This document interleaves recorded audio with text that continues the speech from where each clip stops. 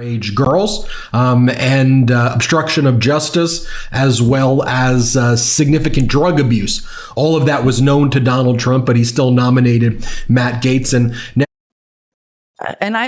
we've talked about this a bit, but like, what do you think about these loyalty tests, right? Like if you'll nominate Matt Gaetz, right?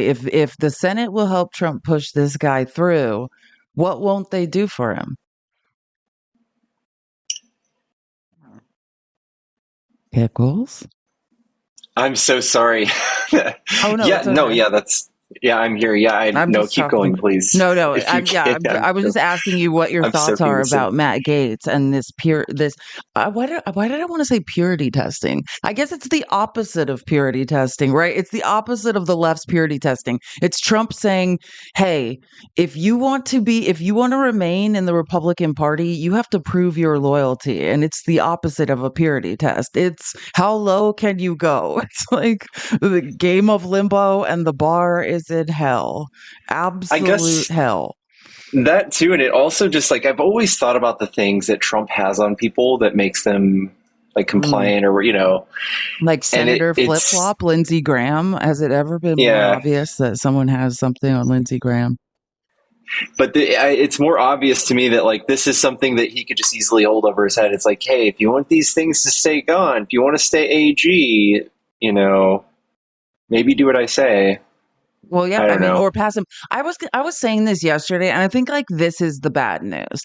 I think there are senators who, yes, I think the good news for us is there are a lot of people who absolutely hate Matt Gaetz, right, in the Senate and at the House and the Senate. I've never seen anything like it. I would say he is the least liked member of Congress I've ever seen. They do not want him there, but what it sounds like they're setting up, right? Like first we heard all this pushback. I'm just making some of my own predictions here. First we heard all this pushback of, "Oh no, he's unacceptable, he's unfit." Then now we're hearing like, "Well, he deserves a hearing," right? And they're setting Yeah, this up to be a Kavanaugh hearing, right? Kavanaugh a woman that said that Kavanaugh raped her was at his hearing, and she was basically gaslit. I love it. I didn't watch that, and I wasn't tuned in back then. But wow, Yeah, Kavanaugh. I mean, there's more than that. There's actually, and anyone can look this up. You can do a quick Google search on it and tell me how many. Like, because this was the headline. There were hundreds upon hundreds. When there's going to be a Senate confirmation hearing of any type, especially SCOTUS, right? They open like an FBI tip line on the person. And when Kavanaugh was going to have his confirmation hearings, there were like hundreds upon hundreds upon hundreds of tips that came into FBI tip lines being like, "Oh no, this guy's a rapist, like this guy's assaulted, this guy, there's rumors of illicit drug use, like that he was at different party, whatever. These are the things that people were saying, but nothing ever came of it, right? Like, I mean, and I started to I'm hearing people in the Senate saying, "Well, maybe we don't need that report. Maybe the girl, his accusers can just show up to the hearing," which we saw what happened when Kavanaugh's accusers showed up to the hearing. yeah, Nothing. yeah. Who wants to go publicly shame themselves in front of a no? Oh yeah, don't I mean, I'm with you there. And no one does. And for nothing to come of it. No, I think they will show up. It sounds like they probably will show up. You're compelled to show. I don't even know if they have a choice really. Like they might, but I'm just saying Kavanaugh had a very credible, I mean, I think pretty sure he went to like well-to-do like private school. This was not just some random person. This is a white woman from his past that went to high school with him saying, yeah, like I believe it was a party, he raped me. I mean, this was her story and told it at a Senate confirmation hearing. Did that ever matter? No. Nah, So that's what of I course mean. I not. want it to be that these people cannot stand Matt Gaetz enough that he can't get through. That's what I would love to see. I hope it is. Oh, you guys, I know we shouldn't be doing this, but side note, I look adorable today. And can I just say, I was telling, side note, sorry, it's Wednesday. I'm a little tired, so I'm just going to do this. Remember, I told you how we should all just start wearing tennis and golf clothes? This is a tennis dress. Don't I look adorable? Sorry, I just That is throwing out dope. there. Yeah, and I'm just saying we should all wear tennis and golf clothes when in doubt. And when I start my professional pickleball career here any day, I finally yesterday, because I walk like 10 miles a day and I always walk past these pickleball courts, and I finally talked to two guys who were playing, and I was like, well, can I please play? So I'm well on my way to becoming a professional pickleball player. Oh, Yeah. dang! Look at you. I'm very athletic. Like I was a Division 1 athlete. Those guys are lucky that I want to play with them. And they're only like 65. So for pickleball players, like I think they're pretty young. Are going to be on the best team ever. I'm going to start live streaming my pickleball matches. That'll be intense. No, it Yeah, won't. I walked my dog for this week's exercise. That was my dose Is of that a once a week? vitamin D. The dog get walked. You need to. I'm telling you, walking will change your life, especially in times like these. Wait till you guys see the outline we're about to go through. I'm about to blow your guys' mind. I want to say it's in a good way. Like it remains to be seen. We shall see how people feel about what we're going to be learning today. Okay. Wait, oopsies. Guys, again, keep tapping the screen. Can we work on tapping the screen today? Like, I think we need to do way more aggressive tapping today than we have been doing. Let's really try our best to tap the screen. There's good news and bad news with this. Like, I don't know. It seemed like last night we were talking to someone about this on your live, and it seemed like people. Oh, maybe it was Tanner. I actually think it was Tanner who mentioned it. Hey, Tanner, if you're here. So Trump, right, announced an education secretary because the truth of the matter is, and I said this the other day, abolishing the Department of Education is not going to be a simple thing, right? He needs 60 votes in the Senate. So it's not going to happen. But my worst fear, right? And like Betsy DeVos, his last education secretary, was mentioning this. Like, why not move it? Move move the Department of Education to somewhere like a red state like Oklahoma, right? And then like bureaucrats won't want to be in Oklahoma, and you can stack it, and that's where Ryan J. Walters is, the superintendent of public instruction. Oh, I know that was my worst fear, but we've avoided that. Like Linda McMahon, okay. who's Vince McMahon's wife, is now going to be the education secretary, which everyone thought that's crazy. But Linda McMahon, just to be clear, has worked in the Trump administration since the inception of it. Like he's very close to Vince McMahon and Linda McMahon. Linda McMahon ran the Small Business Administration in the first administration. Right. So this is not her first go round. She also is, I can't remember her actual title, so I'm not going to just claim something and get it wrong. But she ran she was on the transition team as well. Like she's been consistently working with Trump this entire time. Like she's one of the few that has pretty much always had a place. I mean, she fundraises for him, and also I like to call it the off season, since everyone seems to be referring to politics now as sports almost. I feel like it's like sports teams in the off season too. She runs, God, is it America First? She runs some pack, like some ridiculous pack. That's gross. Daisy just subscribed. Daisy, I should subscribe to you. I'm a fan. W. Daisy Martinez, Dang. best subscription of the day. Thank you, Daisy. That's my boo. I know that. Yeah, if you guys don't know, that's Pickles Lady. So, anyways, Linda McMahon has made it as education secretary, which it's like gross, but this is her. Not the best shot. Don't thank me. Thank the Washington Post. Not the most flattering angle to pose. Here's the interesting part, though. Here's the silver lining, like I'm saying. At least it's not Ryan J. Walters, right? So Look at Ryan Walters. This is what he has been angling for this entire time. I've told you guys, Ryan Walters is a known self-proclaimed Christian nationalist. His wife was the vice president of communications for the Heritage Foundation. I mean, not his wife. I'm sorry. His PR rep, right? He's represented by a Christian nationalist PR rep. Her name's Mary Vogt, who is the VP of communications for the Heritage Foundation, whose husband is Russ Vogt, who Trump hired to be in charge of this year's 2024 Republican policy platform, the 16 pages. He also wrote the section in Project 2025 on consolidating executive power in the executive branch.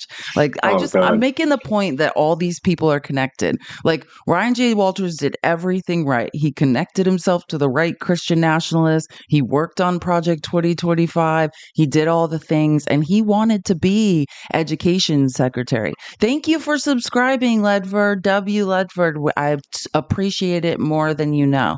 And basically Ryan got passed over. And I think Ron Filipkowski said it the best. He spent all that taxpayer money on Trump Bibles and got passed over for his dream job by the wrestling lady. Can you guys see the text? Yikes. Can you guys see the text? Yeah, it's rendering, yeah. What just happened? Yeah, I did not let anyone up here. I don't know how someone just was added to the live. Okay, cool. Just making sure we can. Thank you for subscribing, emotional support.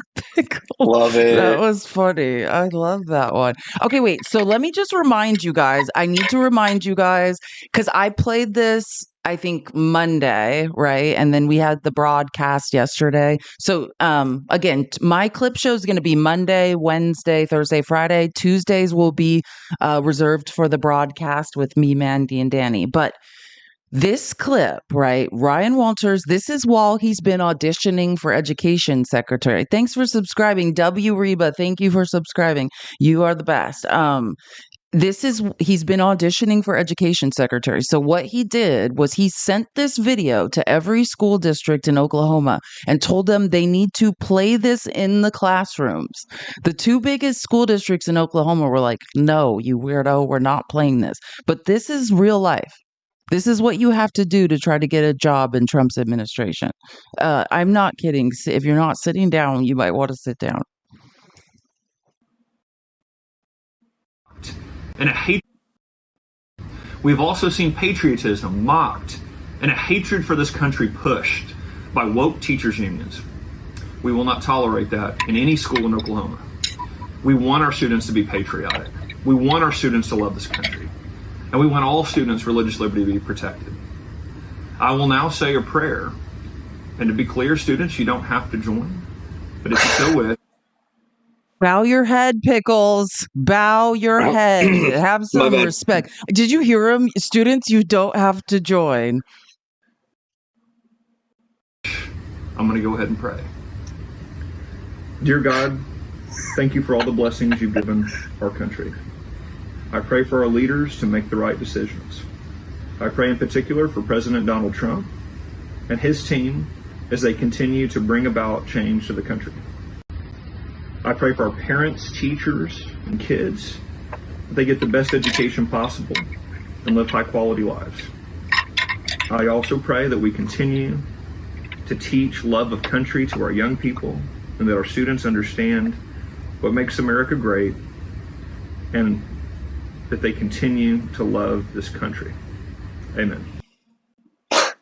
We've also... Why? What? I mean, Pickles, any thoughts on this? This happened Monday. What do you say?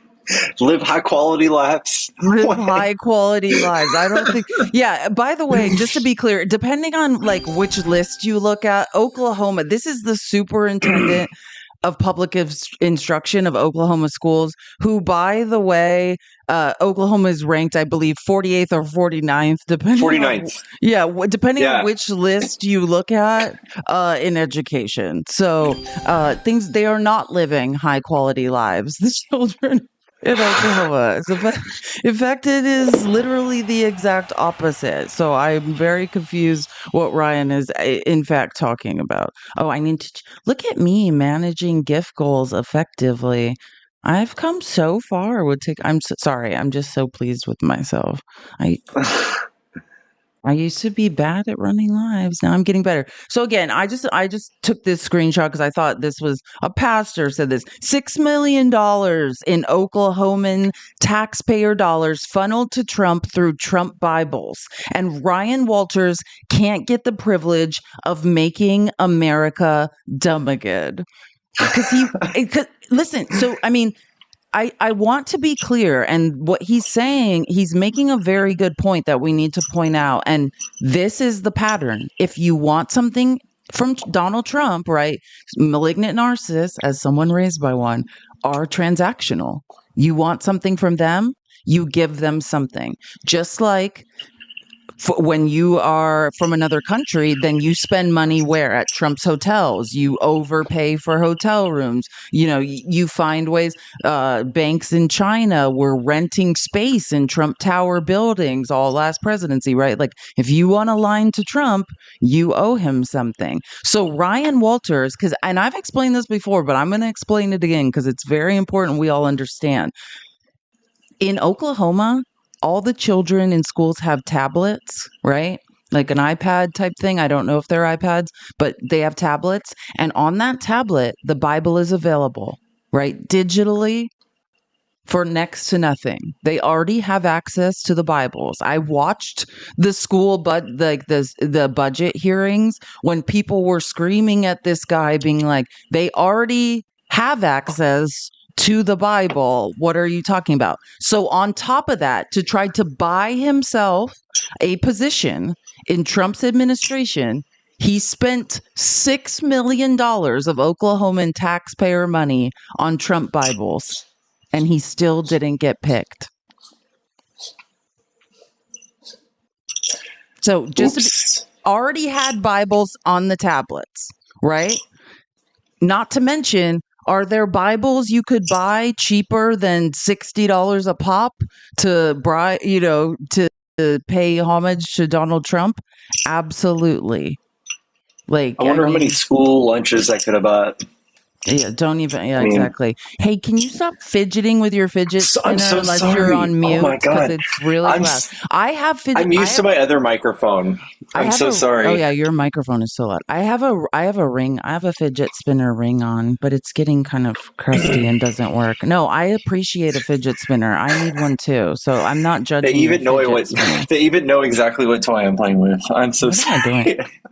I know. I'll play with my quiet toy chat. Okay. So this is important now. So, okay.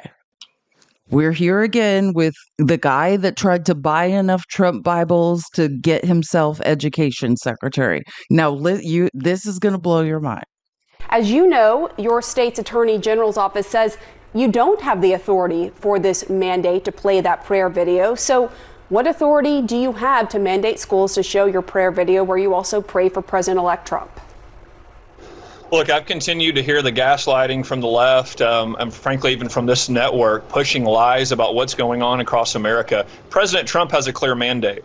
He wants prayer back in school. He wants radical leftism out of the classroom, wants our kids to be patriotic, want parents back in charge with school choice. We're enacting upon that agenda here in Oklahoma. That's what our parents want. Every county in Oklahoma voted for President Trump.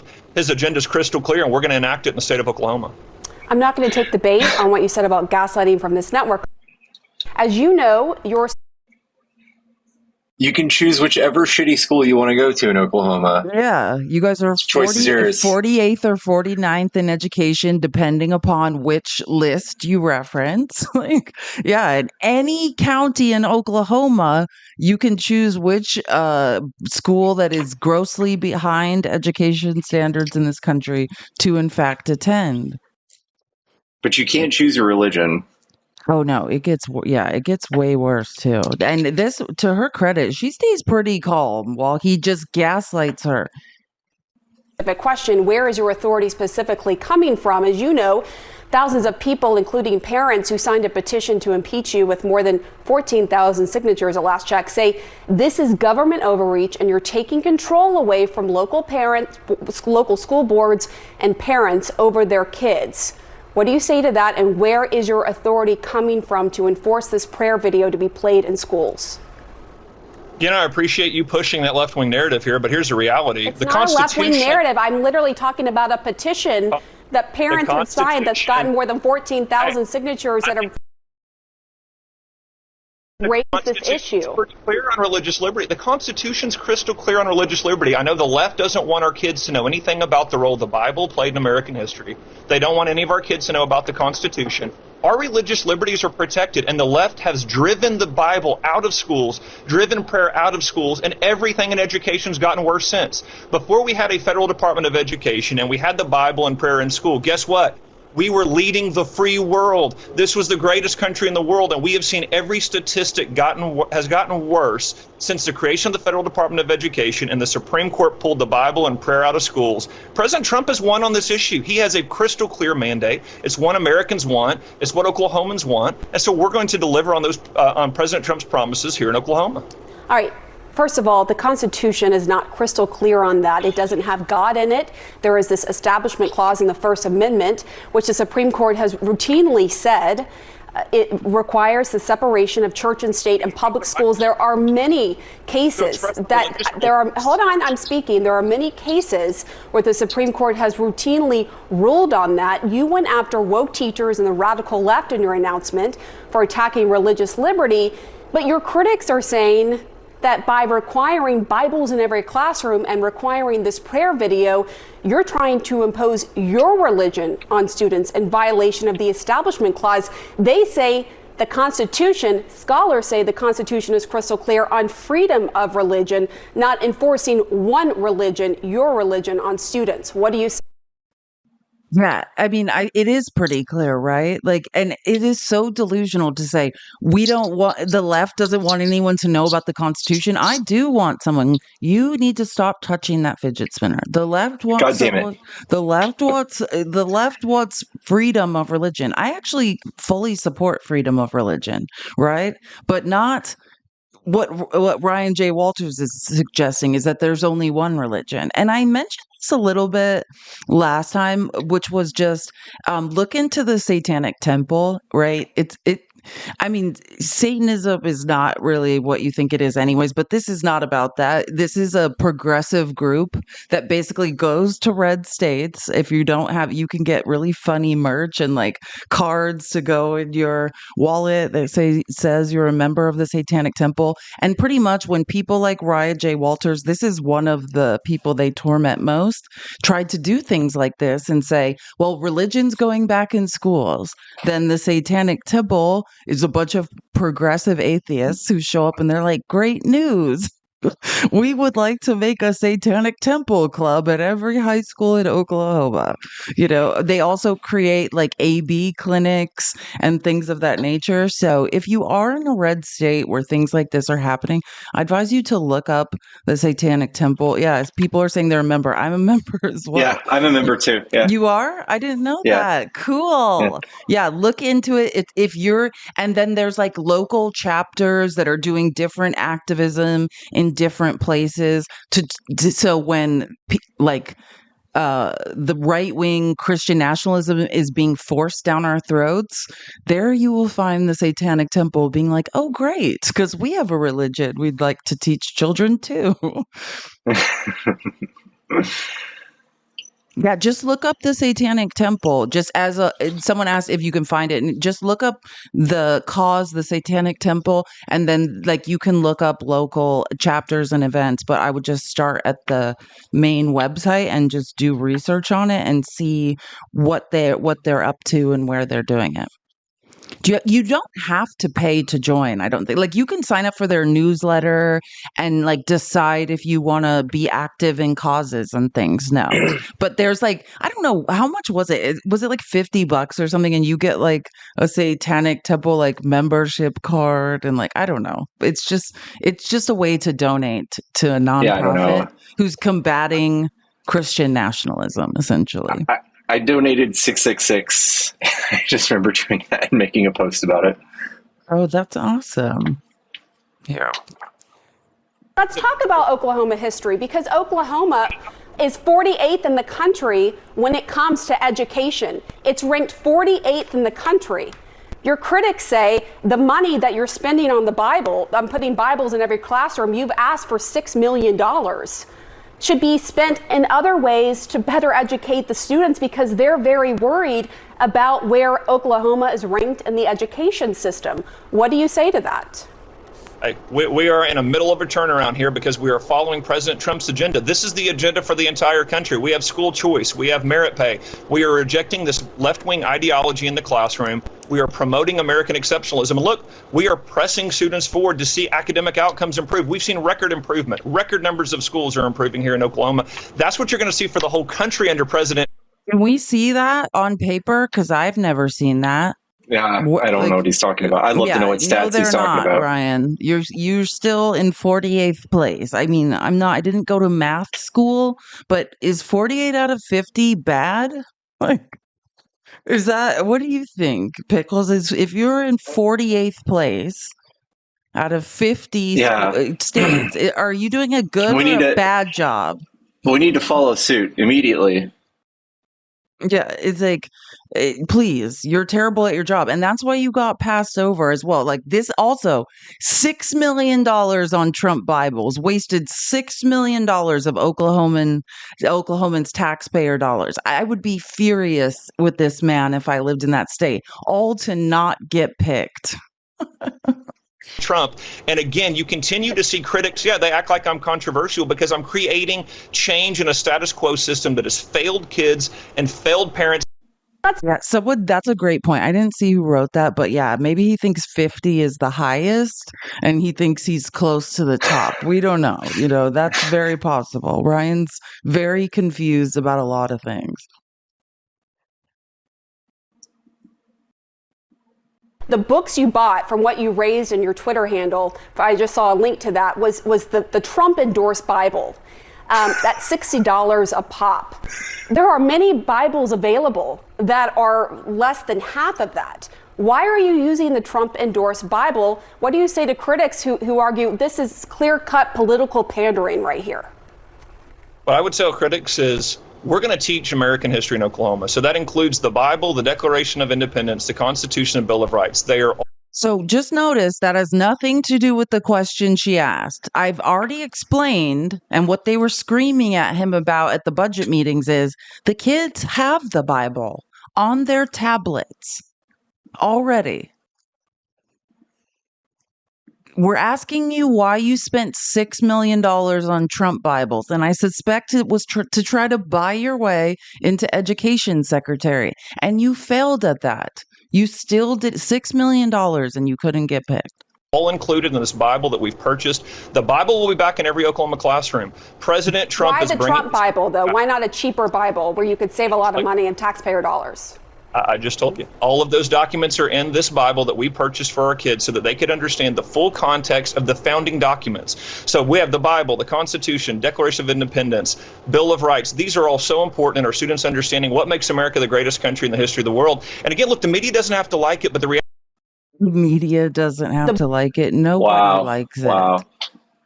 You wasted $6 million. How do we hold this guy accountable? Like, I mean... I don't know what is going on in Oklahoma. I mean, don't get me wrong. There were people very angry at this budget meeting, but what are we actually going to do to stop this guy? Okay. Oh man, this is even more interesting. So, you know how we're always talking about Project 2025, and then we have to hear from MAGA that they have Trump doesn't know anything about Project 2025. Well, he's appointed now Brendan Carr as the FCC chairman, right? This is, I don't know how we can state conflict of interest. Conflict of interest after conflict of interest. This is a guy who's like a direct shareholder in Starlink.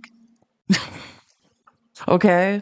Like a direct shareholder in Starlink. I believe he wrote the part of Project 2025 about the FCC. Is this the FCC also the unitary executive theory? Yeah. Well, let me show you. No, that unitary executive theory is, I think Russell Vogt wrote that. I think. Well, listen, or actually, don't quote me on that. But so conflicts of interest. So again, conflicts of interest is concept that Donald Trump has never recognized or concerned himself with, either for himself or his appointees. But this term is going to make his last one look ethically pristine. Trump has now nominated Brendan Carr for FCC chair. Carr is a wholly owned subsidiary of Starlink. A wholly owned subsidiary of Starlink, and he will now head up the agency that controls space communications. Do you understand what we're saying here? That's there's no conflict of interest there at all. Yeah, but they're going to drain the swamp. Do you guys? I mean, MAGA is delusional. This is so again, and I just want to show you this.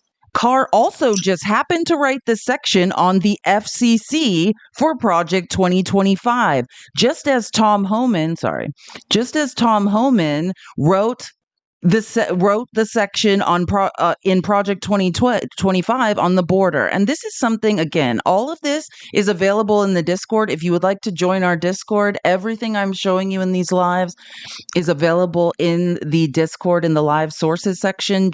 This is a TikTok account. Just send a message to @FeliceNavi.live and say, I want an invite to the Discord, and we will get you one, or tell the mods in the chat. This is something I think we need to do a really better job of communicating. This is one of the easiest ways to point out to MAGA that they got. I mean, I don't think at this point they're so deep into the cult. I'm not sure if they care if they got. But okay, how many times were you in debates or listening to lives and having to hear MAGA say, Trump has nothing to do with 2020, Project 2025. Trump has nothing to do with Project 2025. Every person he's appointed seemingly wrote that chapter on the department they have been appointed to, but I guess that's neither here or there. Right? This guy wrote the Project 2025 chapter on the FCC. I can't wait. I think we should do a live and just specifically force MAGA to address these things, Pickles, like in debates. Yeah, I'm snipping this right now for that. Carr made the following statement after the nomination was announced. Broadcast media have the privilege of using a scarce and valuable resource, our airwaves. They're already doing it. They're already threatening the media. In turn, they are required by law to operate in the public interest. When the transition is complete, the FCC will enforce this public interest obligation. What they're doing right now is threatening the media. That's what they said they would do in Project 2025.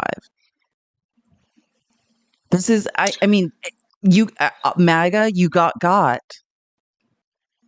This is very embarrassing. I mean, you guys already knew that though, right? Like you just wanted to get him elected. I mean, you have to be used to at this point being cucks. It's got to feel very natural. Guys, if you don't follow Pickles, please follow Pickles. Again, this is Pickles Cash App and Venmo.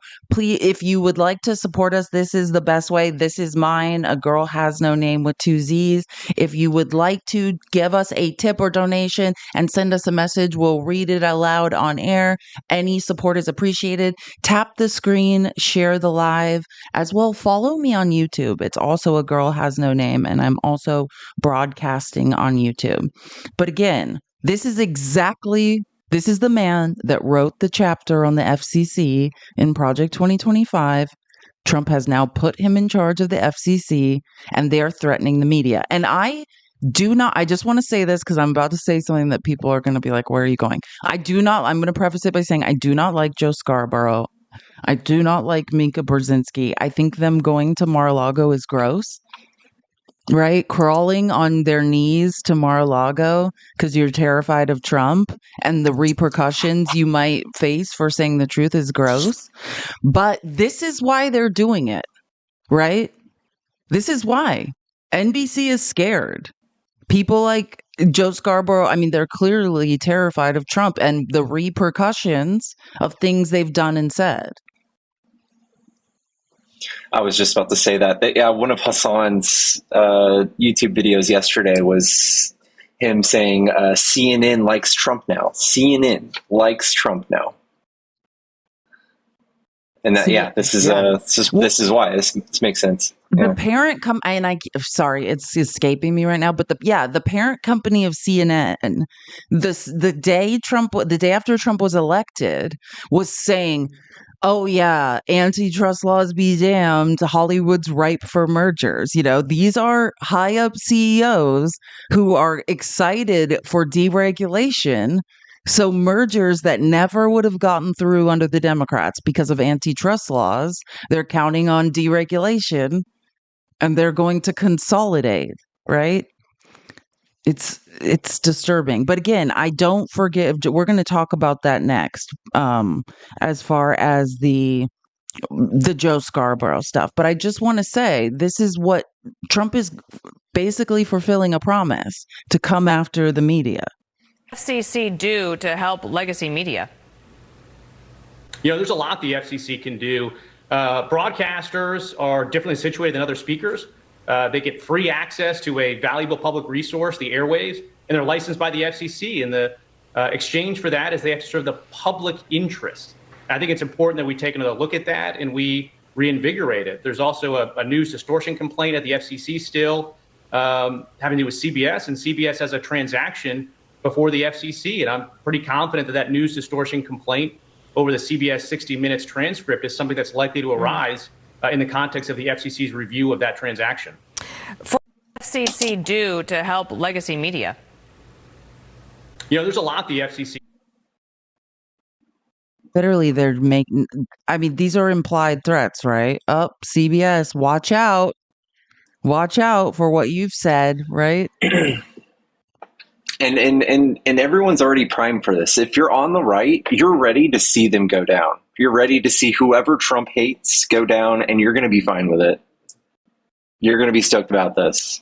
Which is, I mean, it's just more and that's what we need to do a good job of pointing out, is like in debate or with our families. And again, there's no good way. And actually, I was meaning to say this, so I'm glad I just remembered it right now, right? There's no great way to get through to someone who's in cognitive dissonance, right? Like who's essentially in a cult at this point. Like there's no magic pill. There's no thing. I have people that email me and things and say, "Oh, what can I do in this situation? What can I say to my dad? What can I say to my family?" And I think when I was on Faxes Live, he said it beautifully. I was on Faxes Live with Daniela Young, knitting cult lady. She's absolutely amazing. And she said, her. "Yeah, oh my God, I absolutely love her." I'm going to have her on the broadcast. But she was saying, if I knew, she was in the Children of God cult, then later in other abusive systems, high control environments, she was a captain in the army. And she said, if I knew how to get people out of a cult, if I had the magic formula, I would be rich. Right? Like I wouldn't, I would bottle it and I would sell it and I would be rich. There is no magic pill. We just have to keep providing information, look for these cracks, right? And when these cracks open up and you see someone, like a little bit of a light bulb go on, we just need to be there and be ready to provide information. Like that's essentially the best that we can do. I love the broadcast too. Thank you. I know. We're so excited about it. We were talking this morning. I think the sky is the limit with that. Why does that keep every time I open a shared album, it closes again? That is the one thing about TikTok Studio and casting on my iPad with videos that is kind of annoying. So this is, let me see if I can make this bigger. Again, if Trump has them that intimidated, so this is George Conway, right? This is Kellyanne Conway's ex-husband. So he says, sadly, Brian's reporting is correct. Over the past week, I heard from two entirely separate, very reliable sources with some vivid detail that they were absolutely terrified of Trump. He's talking about Joe Scarborough and why Joe Scarborough and Mika Brzezinski would show up at Mar-a-Lago to kiss Trump's ass, right? According to two sources, this is Brian Stelter reporting. According to two sources with direct knowledge, Joe Scarborough and Mika Brzezinski were credibly concerned that they could face governmental and legal harassment from the incoming Trump administration. So could we all. And this has actually become a very damaging narrative, and I'll show you why, right? Because what's happening, and actually I think this is a good point too. Siri, what is the dumbest possible take on Joe and Mika traveling to Mar-a-Lago to kiss the ring? This is what it says. A source close to Morning Joe claimed the meeting with President-elect Donald Trump was effing worth it, given it may have spurred Trump's subsequent public praise of a free press. This is what Joe, I'll show you the video in a second. This is something Joe Scarborough actually is trying to sell us on, that he's doing us some sort of public service. When you're being trolled by Nikki Haley, who she should be as equally embarrassed, right, as Joe Scarborough. This is Nikki Haley. Let's be clear. Joe and Mika didn't suddenly see the light. They saw their ratings. They realized they needed Trump for their survival. I agree. This is the issue with the for-profit media, right? When we're talking about publicly traded media companies, this is the issue. Trump now controls the FCC. They are all very worried about what that means for them. And so any sort of ideology is out the window. Any sort of belief system, right? Say whatever you have to say. Actually, let me go out of order here because I have a better video that I found later in the day that I think I should play first. This is going to blow your mind. I apologize in advance for you having to hear this. So many people. Over the past week, Joe and I have heard from so many people, from political leaders to regular citizens, deeply dismayed by several of President-elect Trump's cabinet selections, and they are scared. Last Thursday, we expressed our own concerns on this broadcast and even said we would appreciate the opportunity to speak with the president-elect himself. On Friday, we were given the opportunity to do just that. Joe and I went to Mar-a-Lago to meet personally with President-elect Trump. It was the first time we have seen him in 7 years. Now, we talked about a lot of issues, including abortion, mass deportation, threats of political retribution against political opponents, and media outlets. We talked about that a good bit. And it's going to come as no surprise to anybody who watches this show, has watched it over the past year or over the past decade, that we didn't see eye to eye on a lot of issues, and we told him so. What we did agree on was to restart communications.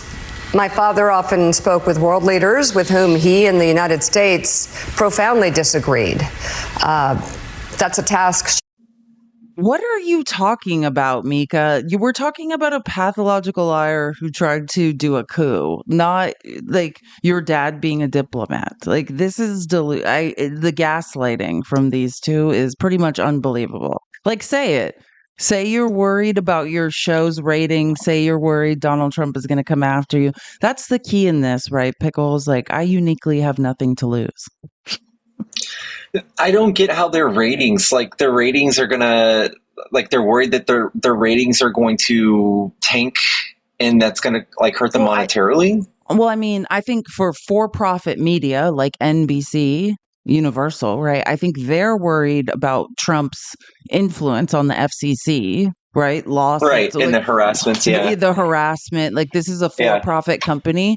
I mean, you saw this in Jeff Bezos as well. When Jeff Bezos decided the Washington Post, when it was becoming clear Trump may win, you saw Jeff Bezos back off and not endorse, right? He has a bunch of government contracts to protect. I think it's similar with these two as well, and with NBC, right?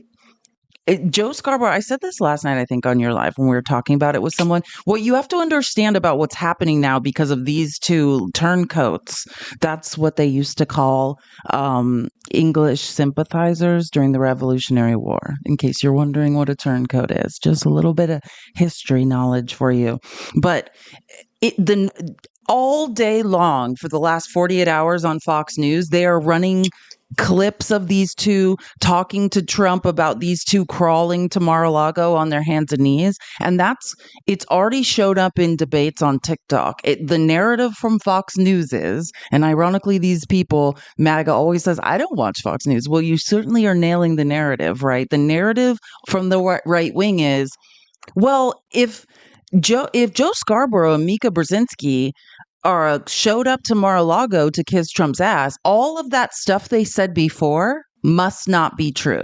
Yeah. Right. Yeah. Remember this from last night? How many different times did we hear this faulty line of logic?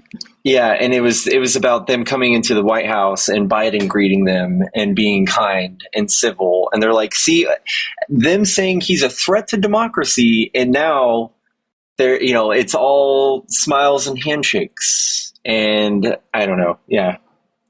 And the first time I heard this narrative, which I think this is being pretty like pumped now. I have ADHD and I have an ADHD chair. Thanks, Cam. Cam's in the comments. Thanks to Cam and other people that raised money for me so I can sit in it like 25 different ways. So I'm just adjusting because my legs are falling asleep.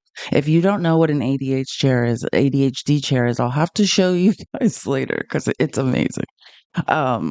Anyways, yeah, so the line of logic we were hearing last night, I actually remember his name. I think his name was Chris Mitchell, because Mika and Joe Brzezinski showed up at Mar-a-Lago. That's the same thing as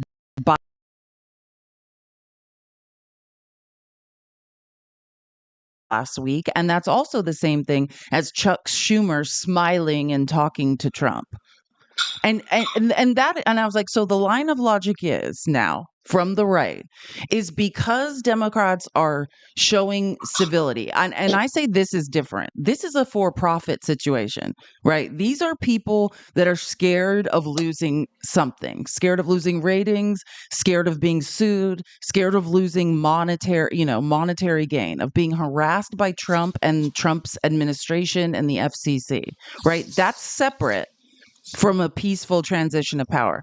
But literally the new rhetoric is basically like, because Democrats are peacefully transitioning, because they're smiling and talking to Trump, because they will shake his hand, every single thing we said prior to the election must in fact not be true. And I mean, the way to combat that is just to say very clearly, like, all I've done prior to the election was state facts. The thing about facts are they still remain true after the election, right? And I'm noticing this weird phenomenon, which that's why I now say it seems like politics is becoming a sport. It's like, and they're like, well, red won.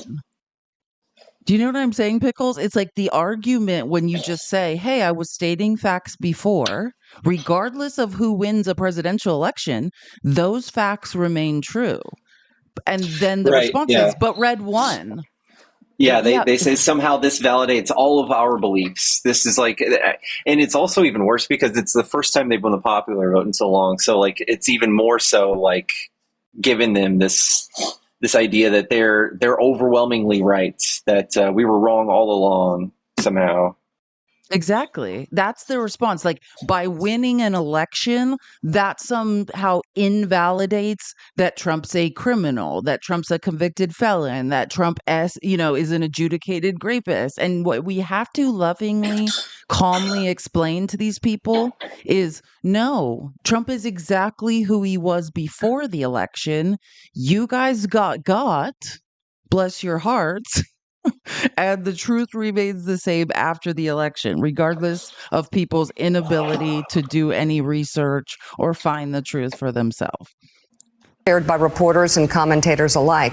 We had not spoken to President Trump since March of 2020, other than a personal call Joe made to Trump on the morning after the attempt on his life in Butler, Pennsylvania. In this meeting, President Trump was cheerful, he was upbeat, he seemed interested in finding common ground with Democrats on some of the most divisive issues. And for those asking why we would go speak to the president-elect during such fraught times, especially between us, I guess I would ask back, why wouldn't we? 5 years of political warfare has deeply divided Washington and the country. We have been as clear as we know how in expressing our deep concerns about President Trump's actions and words in the coarsening of public debate. But for nearly 80 million Americans, election denialism, public trials, and January 6th were not as important as the issues that moved them to send Donald Trump back to the White House with their vote. Nobody better ever watch this show again. What are you talking about? What? Do you know what I'm saying? I've never, like, how make it make I mean, I'm used to being gaslit 24 hours a day by the right, but this I will not stand. Like, you will I mean, I just want to be clear. I've not watched this show for years. I already knew that I did not respect any thought process of Mika and Joe, because they are fair weather people. They will change their mind with the wind. They don't stand for anything. But I can't. Sorry you guys had to see that, but I refuse to be the only person being gaslit by these two. Oh, you're going to love this. Wait, I have one more clip to show you really quick. And yesterday I saw for the first time what a massive disconnect there was between social media and the real world, because we were flooded with. Let me set this up, because I'm not sure. Like, so what I just showed you was gaslighting, like, after the initial, like, what the F, you showed up at Mar-a-Lago. So that was like 2 days ago, right? And the initial wave of people being like, what the F are you two doing? This is him, like, yesterday. And I mean, as the gaslighting tour continues. Phone calls from people all day, literally around the world. So basically, I just want to be clear what he's saying. He's saying all of us, I guess, on social media are delusional, and that in the real world, real people are contacting him, I guess, by the landline telephone. I have no idea what he's talking about. And letting him know that they're happy that he went and crawled on his knees and kissed the ring at Mar-a-Lago. There was between social media and the real world, because we were flooded with phone calls from people all day, literally around the world. Very positive, very supportive, going, understand what you did, et cetera, et cetera, et cetera. But once in a while I would get a text or a call from someone and go, oh man, I hope you're doing okay. And I call him back and I go, well, Eddie Glaude was one of them. I go, Eddie, are you on Twitter? And he goes, I am. I go, okay, well, I'm not. So we've had a good day. Mika just had a wonderful event, and it's fantastic. We're going to do all of us are going to do the best we can do, and we're all working towards a better America. Take it day by day. Day by day. And again, you can predict the future by shaping the future. But he looks so shifty and shady. He looks so guilty. No, the place of privilege these two are sitting in, right? These are two extremely affluent, right, people who are not going to be the reason they crawled on their knees to Mar-a-Lago is they're scared, right? Women are being unalived. Women don't have bodily autonomy right now. And he's saying we all need to come together and gaslighting us, and we're working towards a better future. A better future for who? Not America. We're all being robbed. We're all doing slave labor, right? We have billionaires holding Trump's hand in the White House. Nothing's going great for us, maybe for them. And again, this is from Ron Filipkowski's like daily updates, like the Resistance HQ updates. I just want to, so it says Joe and Mika from MSE's Morning Joe inexplicably traveled to Mar-a-Lago this weekend to patch things up with Trump and, quote, restart my communications with Trump. Trump repeatedly accused Scarborough of unaliving a staffer in his district office to possibly cover up an affair and has called Mika dumb and ridiculed her plastic surgery. Gross. I guess legacy media feels they have to humiliate themselves for access and ratings because that's what this is. Count me out. Called out. Yeah, I mean, And you heard him. He's like, you must be on Twitter. Yeah, a lot of us are. And this is what Trump told Fox. I want you guys to know 24 hours a day, this is what people are hearing. Trump told Fox, quote, I received a call from Joe Scarborough requesting a meeting from him and Mika, and I agreed. We met at Mar-a-Lago on Friday morning. Many things were discussed, and I very much appreciated the fact that they wanted to have an open communication. In many ways, it's too bad that wasn't done long ago. More from Trump on the meeting, quote, they congratulated me on running a great right-wing media and social media influencers, all mocking Joe. Oh, sorry. This is different. Sorry. I just remembered. I didn't put the rest of that screenshot in. So this is separate. Right-wing media and social media influencers all mocking Joe and Mika for kissing the ring and surrendering to Trump. They are getting trashed from both sides, which they are, right? They're being mocked on the right. And the right is using it as evidence as, I guess Trump's not a threat to democracy because these two must have just been saying it all along and never really meant it, right? Willing to accept the he fooled us narrative after 2016 with much skepticism, but the willingness for viewers to leave that in the past is likely gone forever now. And this is even more. So the spin they put on it was also pretty pathetic. That's what Mika was trying to talk about, right? Mika comparing it to her dad meeting with foreign leaders as national security advisor. Mika Brzezinski's dad used to be national security advisor. That's what I'm trying to say. These are very privileged, very 1% people, right? These are rich people that have an interest in staying rich.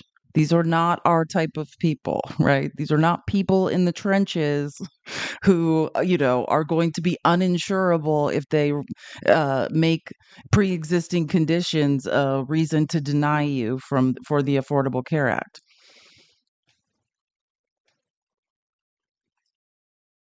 Yeah. Okay. So I went over the Nikki Haley stuff. I think we've well covered this. The Daily Beast stuff I went over. These are just different. I went over the George Conway stuff. Okay, gross. Now we have to move on to the next gross thing going on. So Nancy Mace, which, oh my God.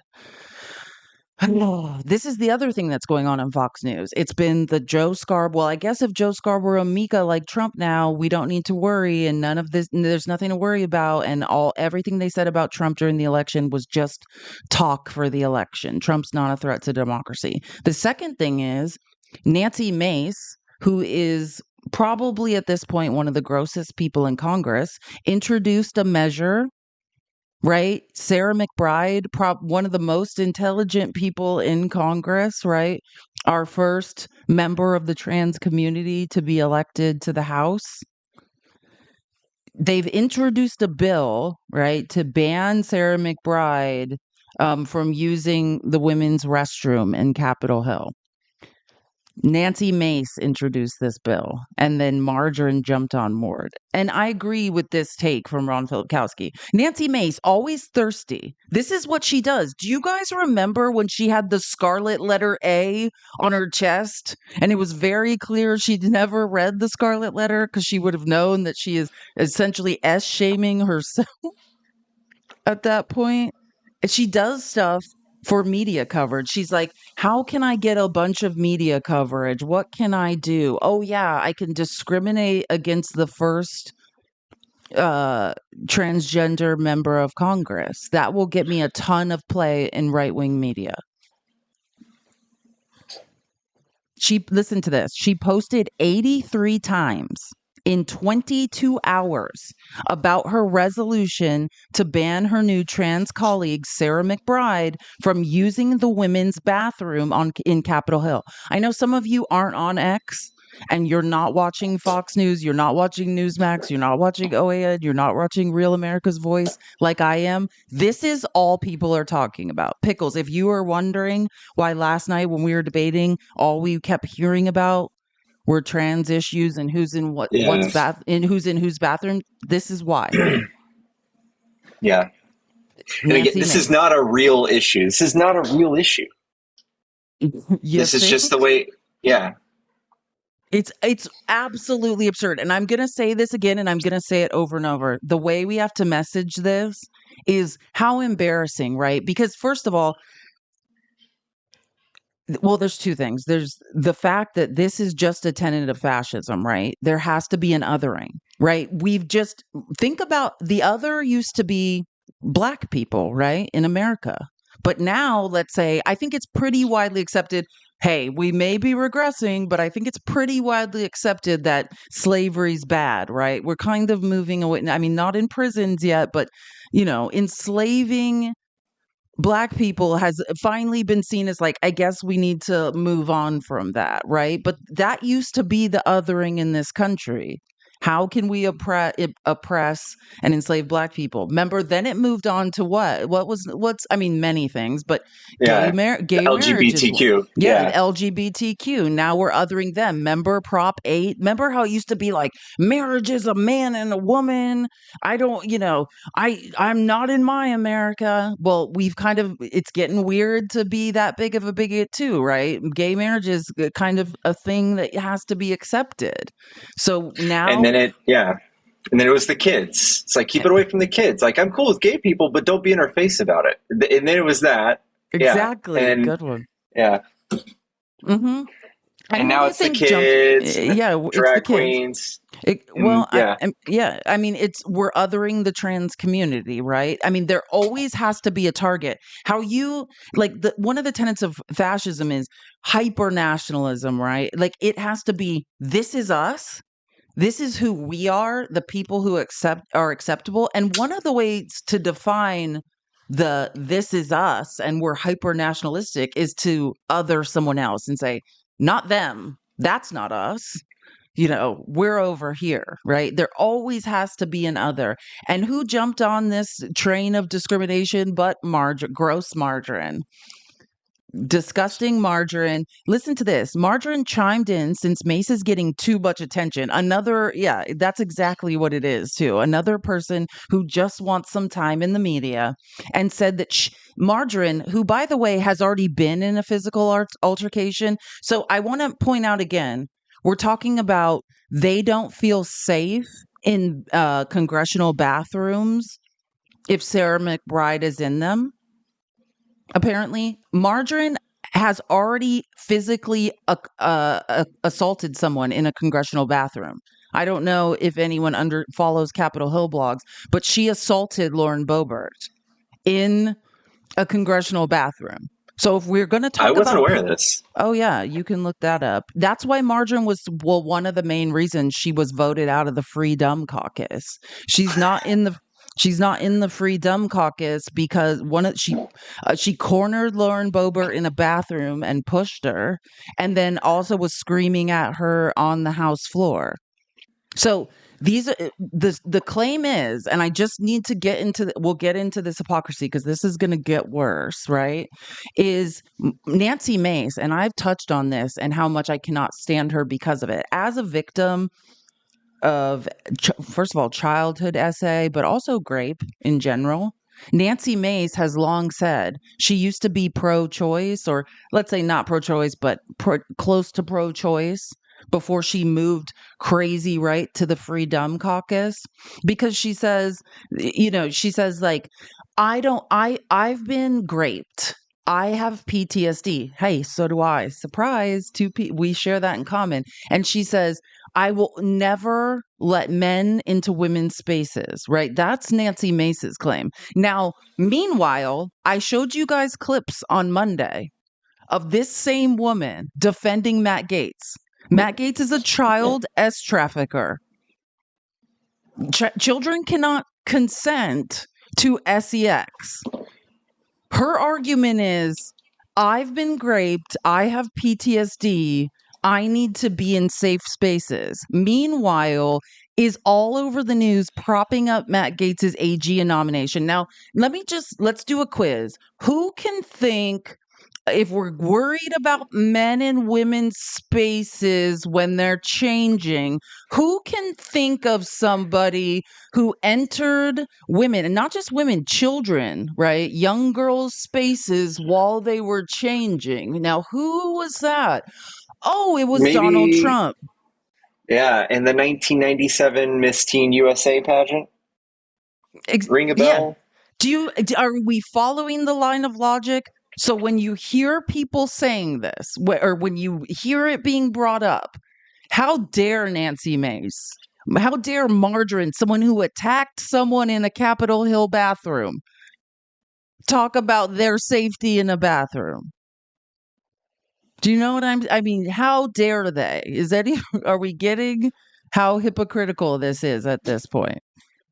These are two people. Margaret actually assaulted a woman in the bathroom on Capitol Hill.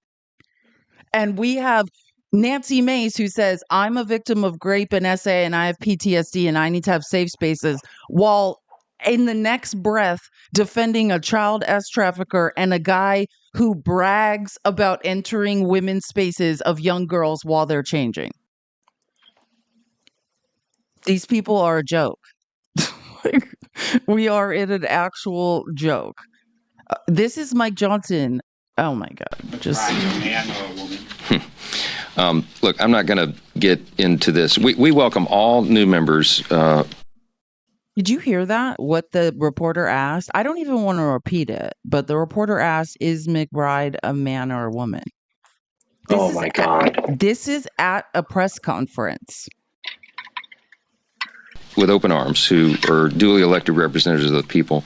I believe it's a command that we treat all persons with dignity and respect, and we will. And I'm not going to engage in silly debates about this.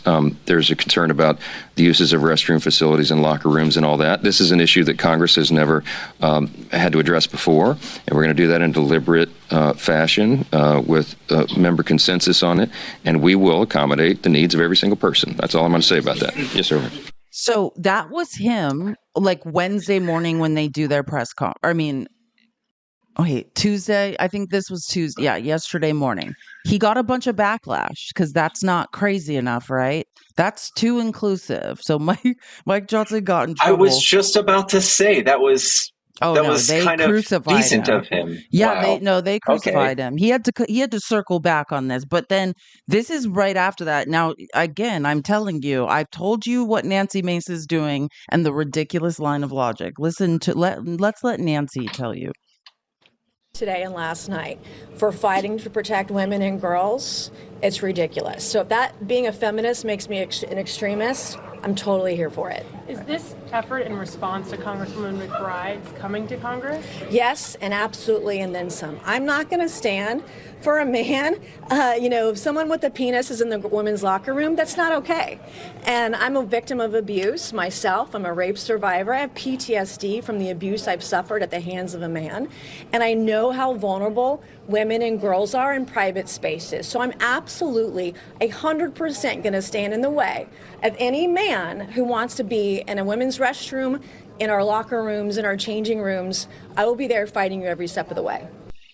So edgy. Ooh. No, this is the hill we die on. The hypocrisy of every cabinet pick of Donald Trump. The men have been accused credibly of SA and rape, child trafficking. Trump himself brags about going into women's changing spaces.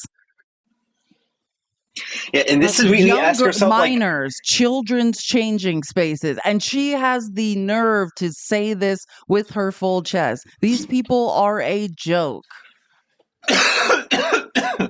Yeah, she's just being the loudest one in the room. This is exactly how MTG and Boebert somehow accrued, $40 million in their first term, being the dumbest, most unqualified people in the House, somehow accruing that amount of wealth.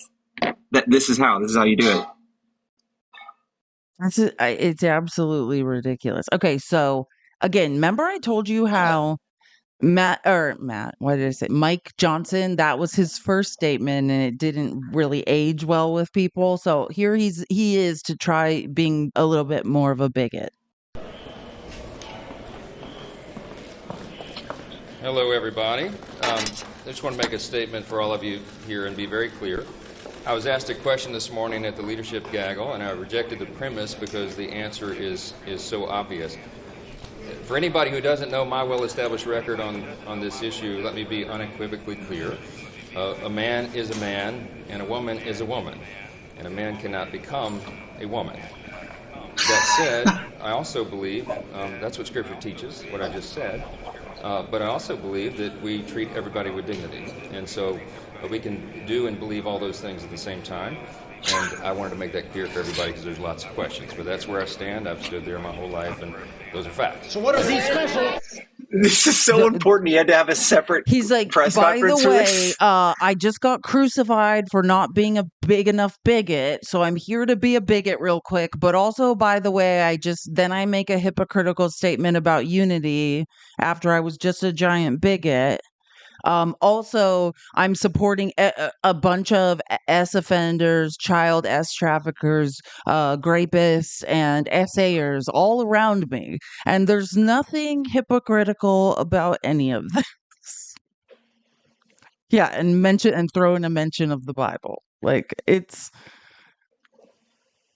Yeah, he's a respectful bigot. Thank you, Angie. That's true. A respectful bigot. And I think this is really the point. I love Jared Ryan Sears, but Republicans continue to not to understand there's a difference between biological sex and gender, right? Maybe if they utilize the American education system instead of trying to destroy it, they would be able to understand such simple words.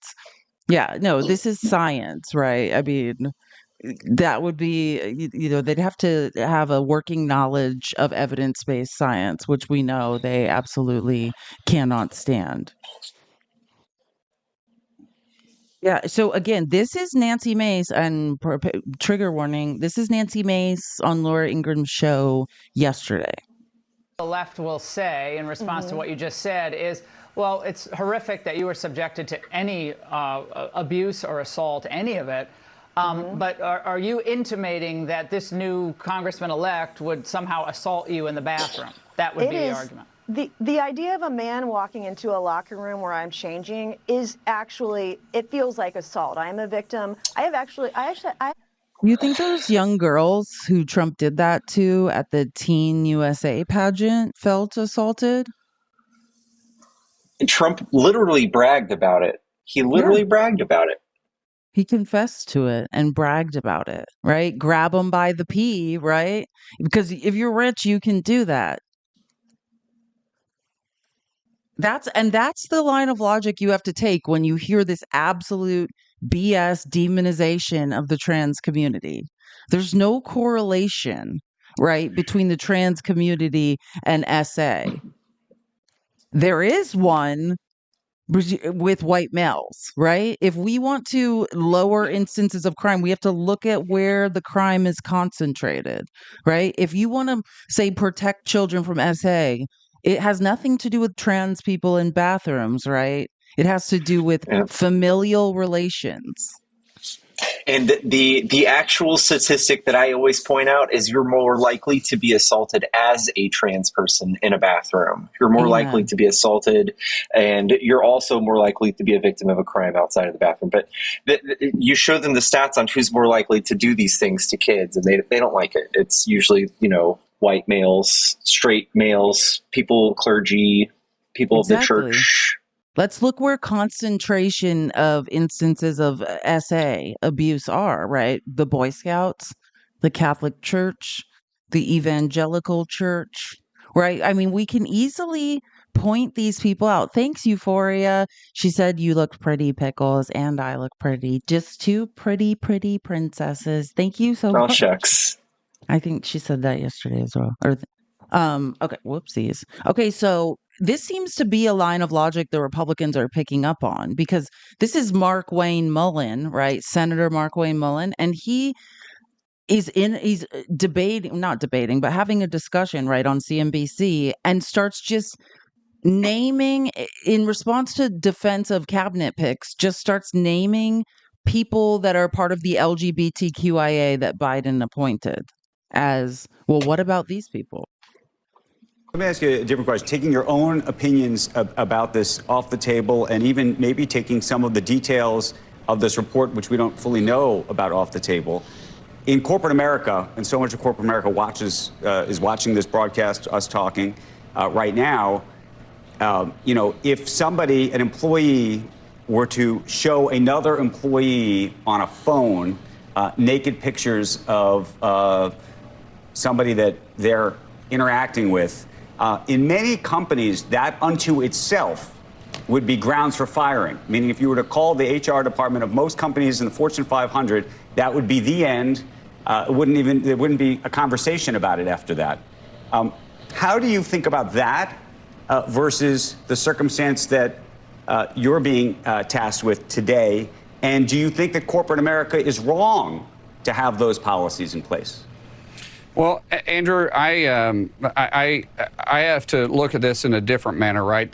His constituents is who elected him, and his constituents knew exactly what it is, so they rehired him.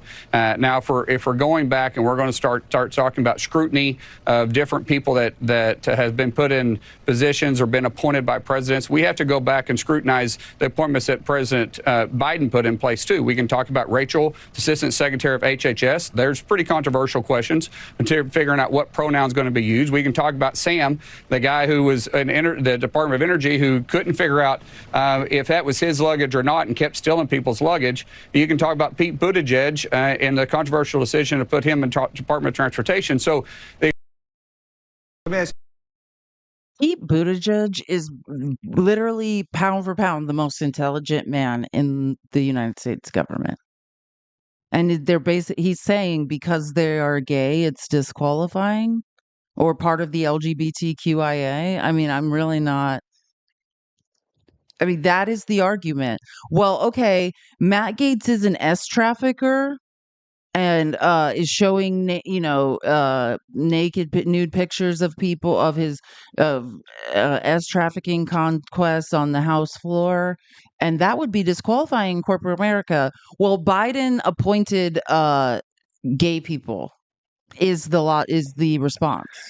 And that was I was screaming this whole time. Pete Buttigieg is the man. Who doesn't like Pete Buttigieg? On their best day, Mark Wayne Mullen cannot even.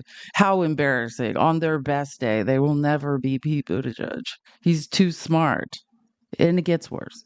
There's one transgender member of Congress out of 435, and the top Democrat is siding with they/them instead of you.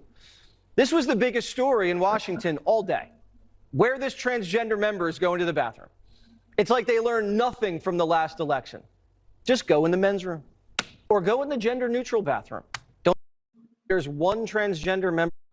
Okay, so what we need to understand, and when we speak about this with our MAGA family members and in debates, this is what they want, right? Please understand, $300 million were spent, right? Somewhere between $200 and $300 million. Yeah. The only ads that were running in swing states were ads othering the transgender community, right? While all MAGA can think. Remember that guy we were talking to yesterday? We're talking to this guy. He's from Montana. Me personally, the second time I've talked to him. Maybe JD's in here now. I just have a very good memory. But he's from Montana. This guy is actually probably a progressive Democrat, right? He's not unintelligent, has good ideas about, he actually has quite progressive ideas, understands that capitalism has moved to crony capitalism, wants that to stop. And then all of a sudden just goes on, into anti-trans rhetoric and says, well, yeah, I agree with you guys on all these sane things, right? All these things we should be worried about. Agrees we need to get money out of politics. Agrees billionaires are robbing us and we're all being robbed by the same people. Agrees, trickle down economics doesn't work. But is so hyper focused and obsessed about who's in what bathroom that that's disqualifying. I don't care I'm being robbed. I don't care we're all doing slave labor. I don't care. I don't care about anything else because I'm obsessed with who's in what bathroom. Yeah, and not to mention that these are the last people that actually know anything about the gender dysphoria or Nothing. gender affirming care, Absolutely but they nothing. have all of the opinions about it. They have all of the opinions. So when we talk to these people, I'd say like, hey, if we're doing this wrong, what do you think we should change? Like, what's the detail you would change? They don't know. They just have this broad idea of how icky it is, and that's what clicks with them. They're running these ads for their knee jerk reaction, not because they want that they care or that they want to pass legislation that would help anybody. This is purely political. And understand that's the point. While they're robbing us, right? While the sine wave of capitalism is happening, right? While they deregulate and cause another bust, and we know in the boom bust sine wave of capitalism, when there's a bust, what happens? Large transfers of wealth, money trickles up to the top of the economy, never to come back down again, right? And distract everyone with $300 million of ads about who's in what bathroom. That is the point. I don't care who you voted for. We are all being robbed by the same people. You are getting got. You are a mark. That's the nicest way I can say it. And as you know, as a pansexual woman, as someone who's part of the LGBTQIA, as someone who dates men and women, and doesn't care what type of genitalia people has, that doesn't preclude who I love. I could appeal to you on, hey, we're all human beings, and every human being has the right to self-actualize, but that's not the point, right? Like, I mean, it is the point, but they don't care about that, right? These are religious people or people who believe they have the right to control other people's bodies. We see that with women's bodily autonomy. Like, I think the line of logic is that we have to follow is number one, while you're worried about who's in what bathroom, you're a mark who's being robbed daily. And number two, like, do you have a plan? What are you suggesting we do about this, right? Because it's ridiculous. They have no answer to this There's no problem. policy prescription. Yeah, there's nothing. They're taught to complain about it, and that's as far as they've gotten.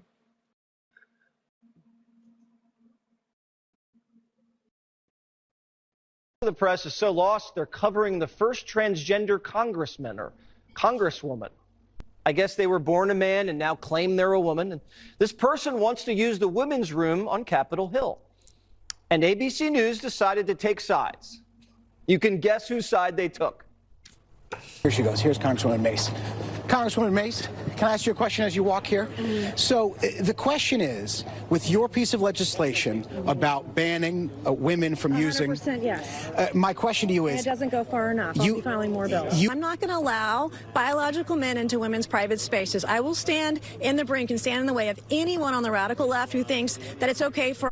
No, just Republican men who are rapists and child traffickers. They can assault women. She will protect them. The real people who are assaulting women, that's fine. We'll allow them into women's spaces and we'll protect them once they have been found liable by a jury of their peers of assaulting a woman. We'll protect them. But look over here. Right? Pay no attention that you're being robbed, that all these other things are going on while I follow a false line of logic and dehumanize a group of people. This is a story I know. It's a story. I hate Jesse Waters so much. I know. And think about it. This is 24 hours a day. And I said this yesterday, I touched on this Monday, and I think I touched on it last night when Pickles and I were debating again. What no one is reporting on while this is happening, if I have to hear one more uneducated MAGA person have a conversation with me about Trump said no tax on overtime. This week, nobody's reporting on it, or last Thursday, a Trump-appointed judge in Texas struck down Biden's plan to help people who make under $58,000 guaranteed overtime. They struck it down. There's not going to be any no tax on overtime because you're not getting overtime. That's what you don't get. And why would the media report on that? They don't want to pay overtime. They're a for-profit corporation. They don't want to pay wages. Nobody knows that. But meanwhile, we're all trying to monitor where people, go to the restroom. I'm so tired of it. We have real problems. And this is Hakeem Jeffries at his press conference addressing this.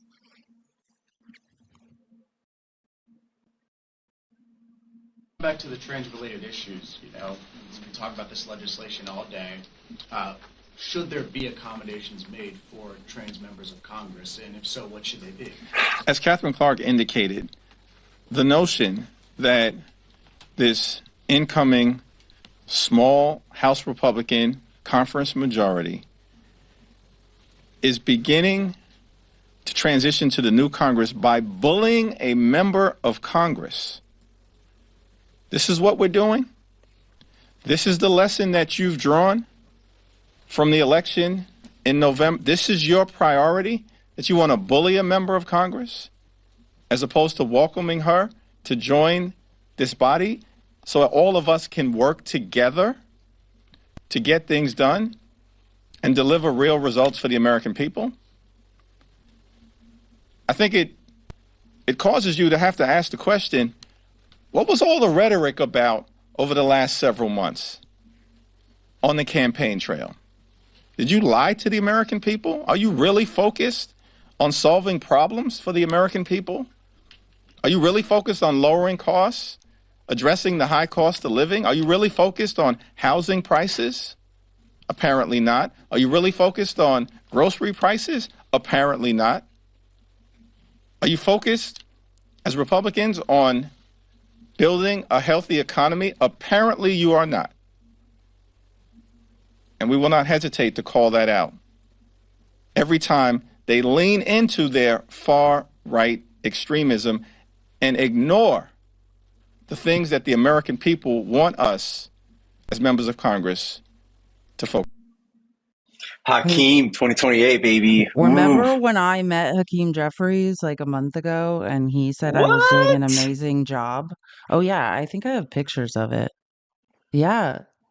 He was on my live. No. Yeah. What? Yeah, this is a real thing. Remember I worked I was Yes. a creator for Kamala. He's one of the people that I met during the election. Actually, I'll find it another time. But yeah, I did meet him and it was awesome. He is just as amazing in person, even better. Like he was just speaking to a small room. It's like he had everyone just under a spell. He was absolutely fabulous. Oh, this is just going, and one of my other favorite Congress members sorry, I didn't realize this had gotten so big, who I always talk about is the gentleman from Massachusetts, Jim McGovern. He's absolutely amazing as well. They voted for their pocketbooks, and frankly, I don't blame them. You know who I do blame?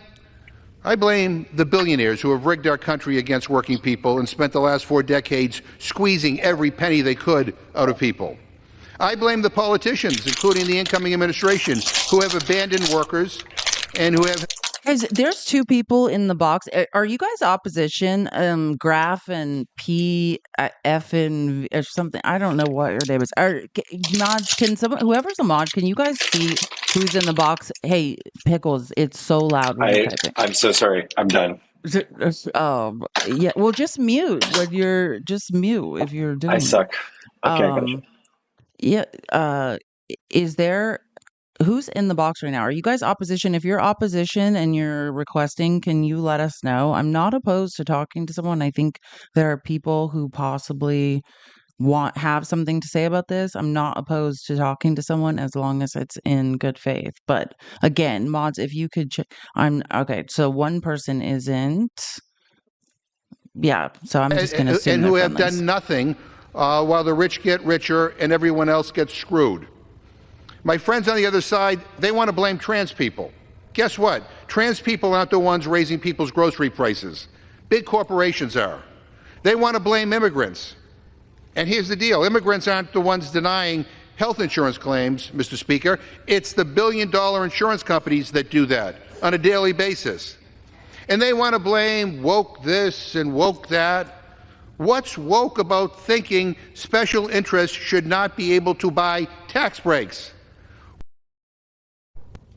Yeah, I mean, these are the issues. If you guys, let's just put it this way. This is the line of logic we have to follow, right? You guys say you're not bigots, right, MAGA? That's what you guys keep saying is it was because of the economy that you voted for Trump, even though all the numbers say that Biden's better on the economy than Trump, right? But you guys aren't bigots, right? That's right, right? But for some reason, we're focused on trans issues and nothing that has to do with the actual economy. Make it make sense. Call it out. Make them explain it, because none of this makes any logical sense. I mean, what the hell is going on here? I don't know, Jim. And their cabinet picks so far? I mean, these are like beyond insane. Someone who is credibly accused of having sex with an underage girl. Someone who sucks up to foreign dictators and has attracted major concern that they can't be trusted to protect America's secrets from our adversaries. Someone who paid hush money to cover up a sexual assault accusation, to lead our military. He's picked because Donald Trump likes him on Fox News. Someone who says that tap water turns kids gay. I mean, this is the dream team? This is the dream team? Really? I mean, seriously, it would be funny if it weren't so sad. I mean, what the hell is going on here? And their cabinet picks. What is going on here? That is the question. Because, I mean, for some reason, like this is how you know you're in cognitive dissonance. For some reason, you're fine with all of these people assaulting and raping women, being credibly accused of it, paying off women who they raped, being credibly accused of child S trafficking, having the girls who were S trafficked testify to the House Ethics Committee against the future head of the DOJ. That's all fine, right? But you have a theory that you need to control who's in what bathroom. That's not real, right? You guys are trying to put actual people who are hurting women in power, meanwhile gaslighting us, saying that the trans community are hurting women. And if anyone, I'm actually in the mood. If there makes sense how you are not a giant hypocrite, you are welcome to request and explain it to us. And the thing is that there are real repercussions from just saying this stuff. There are chilling effects, and there are also like effects for even just enabling someone like Trump to be in power, or to be like Matt Gaetz to be in power. The amount of people I've had come up into my live and justify Trump's behavior and justify it started with justifying him with the audio from grabbing by the kitty, and people it's just gone from there. And just do nothing. It's not harmless. And again, you are welcome to request and explain your logic. Explain to us how you're not a giant hypocrite. Tell us again how it's the economy, and then we can go through those numbers and explain to you how that's also a false line of logic. I mean, anyone's welcome to come up and explain how this does not make you a hypocritical bigot. We're waiting. Something tells me we're going to keep waiting. And more from Jim McGovern. And they want to blame woke this and woke that. What's woke about thinking special interests should not be able to buy tax breaks? What's woke about telling Chevron and Exxon that they can't dump toxic chemicals into our air and water? What's woke about thinking it's wrong to give tax breaks to billionaires while the rest of us get screwed on a daily basis? And they want to. What is wrong? That is the real issue. You guys have let 2 billionaires into the White House. You sold off the Republican policy platform to the highest bidder. We need to get money out of politics. Let's have a real conversation. Not, I need to monitor who's in what bathroom. But again, we welcome any Republicans to come up and explain how you are not a giant hypocrite. We are waiting. We probably will be waiting for a long time. I have a feeling that seems to be the never ending theme. We've already heard from the lawyer, from some of the people who did testify to the House Ethics Committee, that he had a client who testified that she had not only seen him pay for sex with women, but also engage in sex with a 17-year-old woman at a drug-fueled party. Is that something that concerns you? Well, if it is true, and I mean it, I got to say that, if that is true. Now, what I've said about Matt Gaetz is 100% true. Every word that I've said was accurate. But as I will say, we'll go through this process like we should. And if that is in the report, then that is going to be very problematic to move forward. There's no... Do you see the shift in rhetoric? This is one of the people that hates Matt Gaetz the most right here. And he's already shifting. He's saying, we're going to have the hearing. At first, they're like, oh, we're going to release the report. I'm telling you, they're probably not going to release that report. That's what I think. They're going to have those the people who are accusing him at that hearing, and they're going to gaslight him like they did the woman that said that Brett Kavanaugh raped her. And they'll confirm him anyways. And like we learned, right, as long as the House votes to recess, Trump can force the Senate to adjourn for recess appointments. Like they're already angling to put a child trafficker in charge of the Department of Justice. This is real life. And didn't we get a leak of someone hacking some of the testimony? Yeah, it's So just to be clear, what was hacked in that case? Because it's not. I don't think it's what people think. So there's many different investigations. There was an FBI investigation into Matt Gaetz. That's not what was hacked. There was the Joel Greenberg. He is the trafficker. He's the Michael Cohen to Trump's crimes, to Matt Gaetz's crimes. Joel Greenberg is in jail for trafficking. He helped Matt Gaetz get these girls, right? He is in jail for 11 years, like Michael Cohen went to jail for Trump. That is another investigation and trial. That's not what was hacked. Now, what did happen was Matt Gaetz had his friend, the guy, and his name's escaping me right now, but the man whose house it was. So Greenberg is the trafficker. Gaetz is the client. The guy who's having the parties at his house brought a civil suit against Joel Greenberg and against the two underage girls to slander them. And from prison, Joel Greenberg testified to defend himself, and the two women testified as well. And those are the 24 exhibits that were hacked yesterday and have been leaked. And from all reports, I don't think the actual exhibits haven't been leaked, but they were given to news outlets who say it's horrible for Matt Gaetz. Please don't. Listen, I'm going to be as respectful as possible, but I'm getting frustrated because you have no idea what you're talking about. So again, Jeffrey Berman, who was in charge of the DOJ office in New York, right, who was being forced out by Bill Barr, and they were trying to make Jeffrey Berman cover this up. In Jeffrey Berman's book, he talks about directly being pressured by Donald Trump's DOJ and directly Bill Barr to remove Donald Trump's name from that indictment.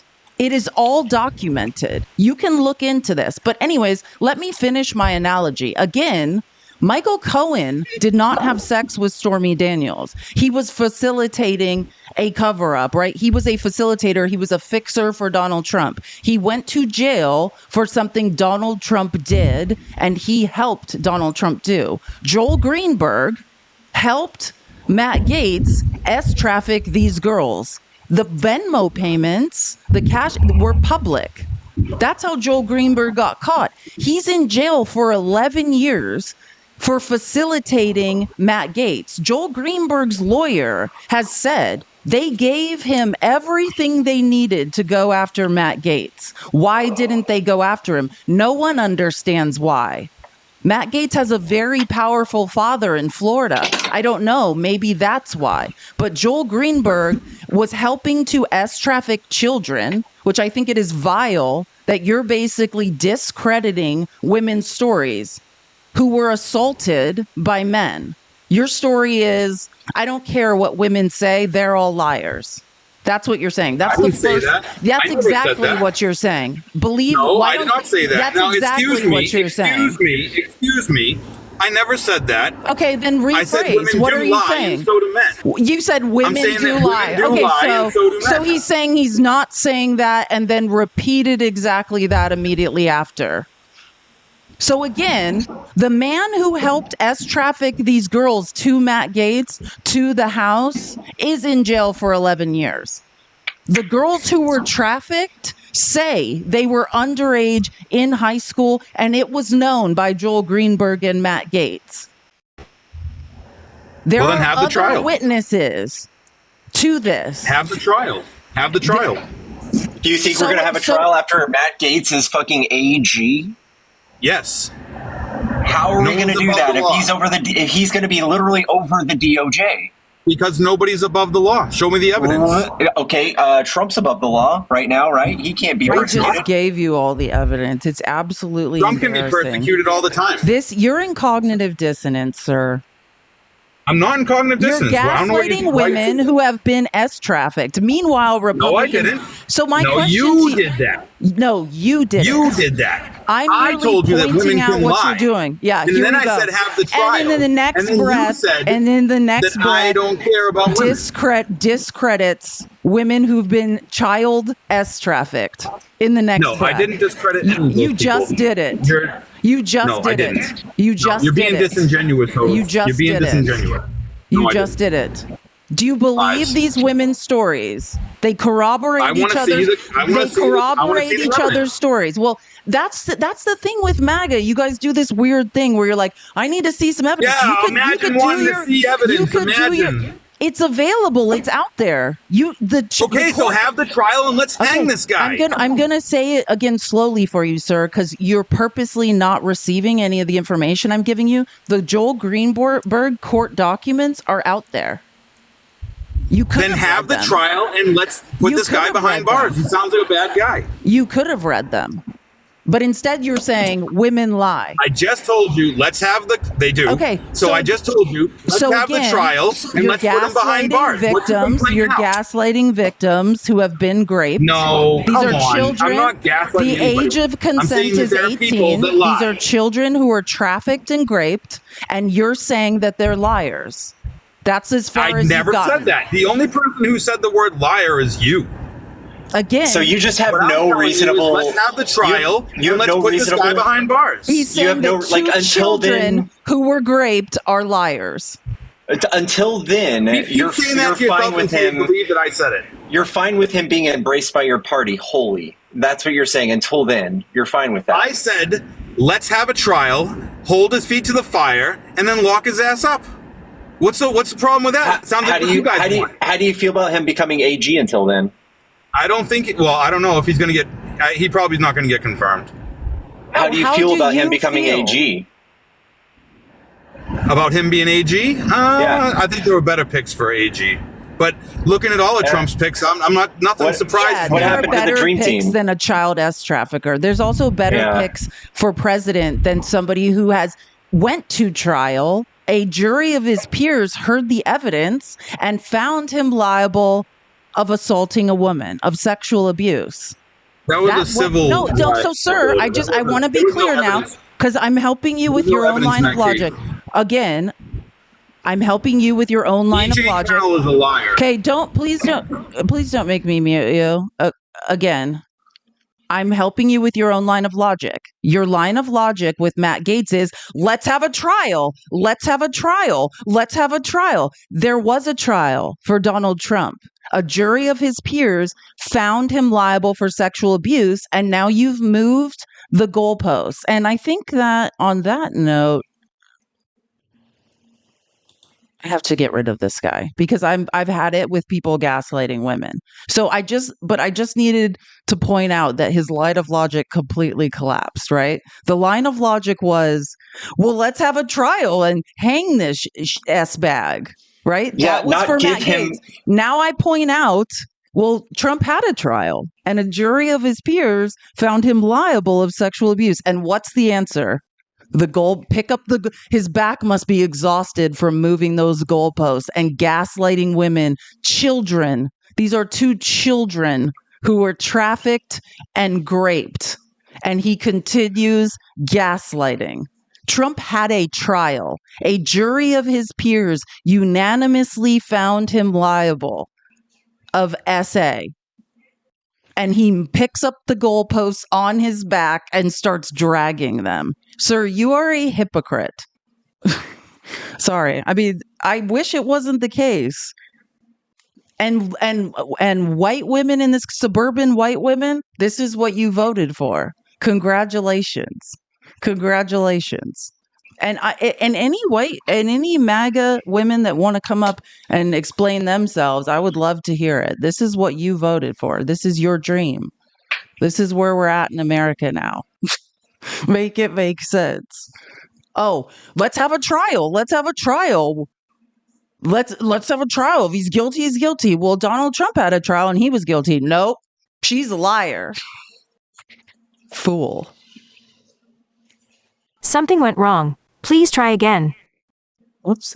Oh, that was serious. That was weird. I've never heard that happen back to something before. you said, Congresswoman, because these are Republicans, the Republicans asking for this House ethics report to be released.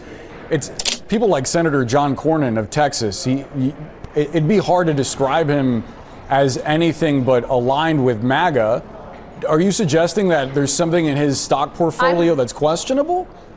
I'm suggesting that John Cornyn, to my knowledge, made statements that was actually anti-MAGA about President Trump, and same with the new elected Senate leader. But I will say that Thune has since changed his tune, and it seems like he's more aligned with MAGA and President Trump. But, so I will when say they, that when they ask for the House ethics report, do you think that there's something corrupt about that? When they're asking for testimony, when they're asking for this report, again, a bipartisan report, do you think there's something unethical about that? I think that what's unethical about it is that this has been shut down, that they're not requesting reports on other people who are knowingly under investigation currently, and that those people. What? Again, none of that makes any sense. If there's a report, if Matt Gaetz is innocent, then release the report. These people are desperately flailing around, right? 3 days ago, Mike Johnson says, I can't do anything about that report. I have nothing to do with it. He goes to Mar-a-Lago, comes back the next morning and says, I highly, highly recommend that report is not released. And I have to listen to men who have no idea anything that went on in the Trump trial, anything that went on in the Matt Gaetz trial investigations, know nothing about the Joel Greenberg court documents. Discredit children who were trafficked. This is America. Like, this is truly what we voted for. I don't even know what else to say about it. So you spoke to the attorney for 2 of these women.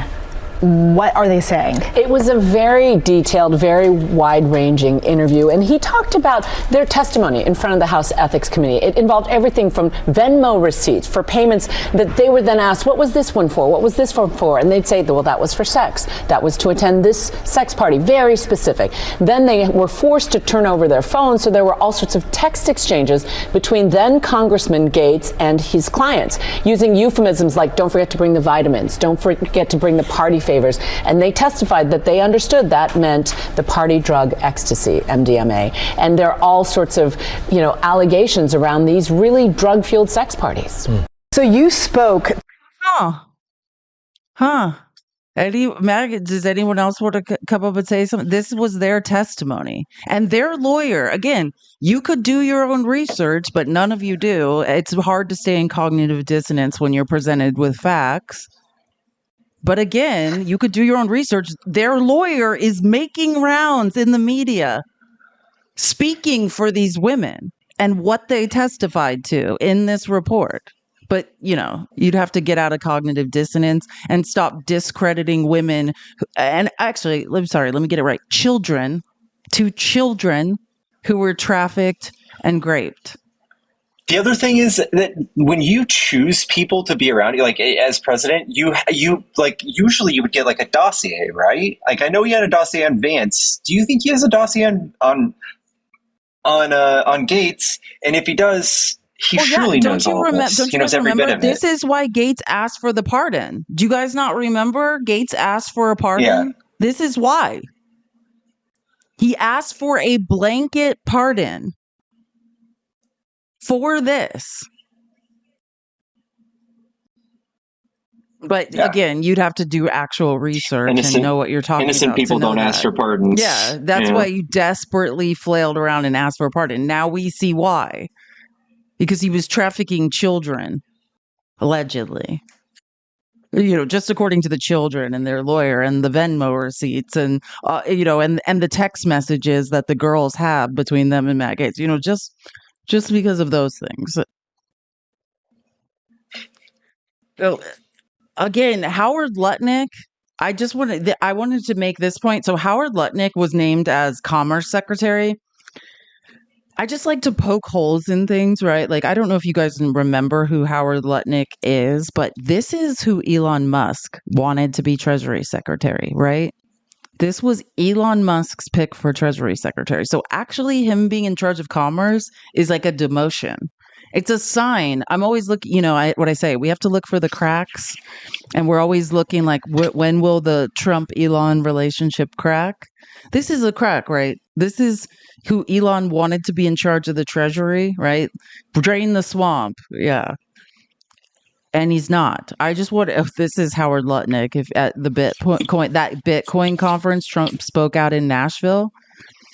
But more importantly, this is him at Madison Square Garden. We must elect Donald J. Trump president because we must crush jihad.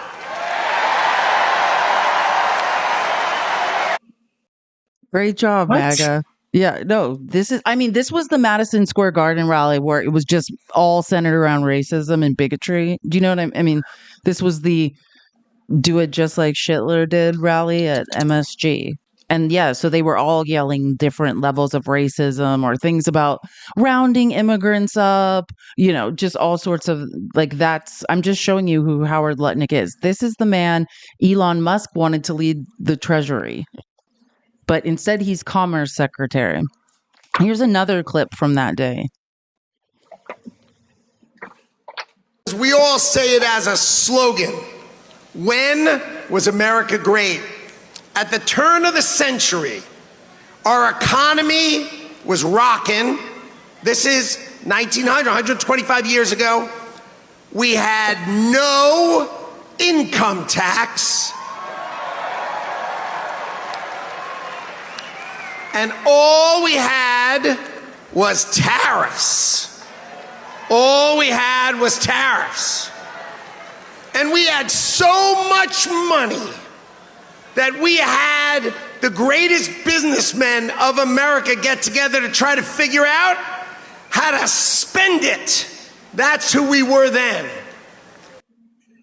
That is completely a lie, by the way. He's talking about the Gilded Age, that led up to the Great Depression. Great Depression, yeah. Yes.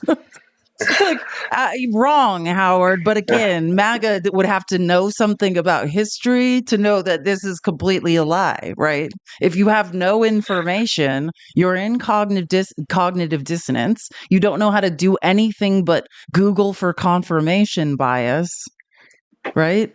That probably sounded genius to them. This is him being, I think, fact-checked. Can I just clear some stuff from the last time you were here? This was a little over a month ago. Last time you were here, you said that Trump, when he talks about tariffs, is using this as a negotiation tool, and that he is going to do this because we get tariffed so heavily and we have to play by the same set of rules. In that appearance, you said that when it comes to Europe, they slap us with 100% tariffs, and that's why we have to go back at them. You then said that Japan slaps us with 100% tariffs, and you had me going with the conversation that you were telling me, and I was buying into it. I looked it up after you left. That's not the case. On tariffs in the European Union... How would she think in real time that Europe had slapped us with 100% tariffs? That's what I'm trying to tell you. Howard Lutnick just is a pathological liar who just goes places and says things that aren't true.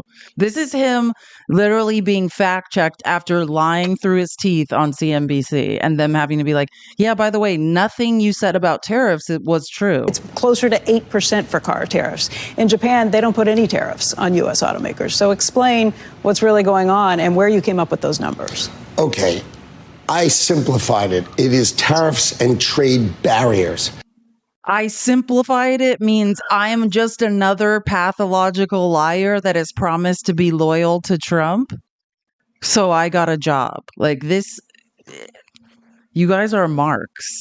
MAGA, when will you get tired of getting got? Like you have to at some point get tired of being lied to. Oh, and this is what I wanted to show you guys. So when I say like that Howard Lutnick was Elon's choice for Treasury Secretary who didn't get it. It's just proof of the cracks we need to look for. So look, Axios is reporting that there was a massive blow up between longtime Trump advisor Boris Epshteyn and Elon Musk over cabinet picks and leaks to the press. Boris has been in the inner circle for a long time, took an indictment for Trump. He's indicted in the Georgia case. I think in one of the other fake electors cases in one of the other states. And I think in the Arizona case, I'm pretty sure Boris has been indicted and is tight with a lot of key players. Musk reportedly accused Epshteyn of leaking stories to the press about appointments he didn't like.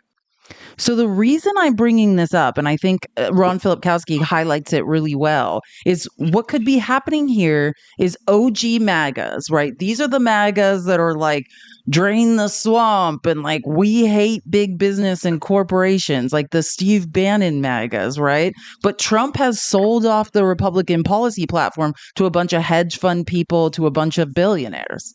So there's this struggle going on, right? The old guard, and then now Elon Musk and a bunch of billionaires, right?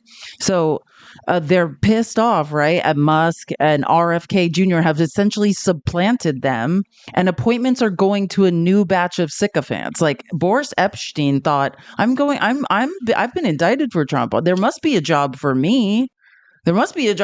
I'm probably going to jail. But turns out there's not, right? Because if you want a job, you've got to pay for it. So that's my point when I say we need to look for cracks and exploit them. Like you can already see there's trouble in paradise.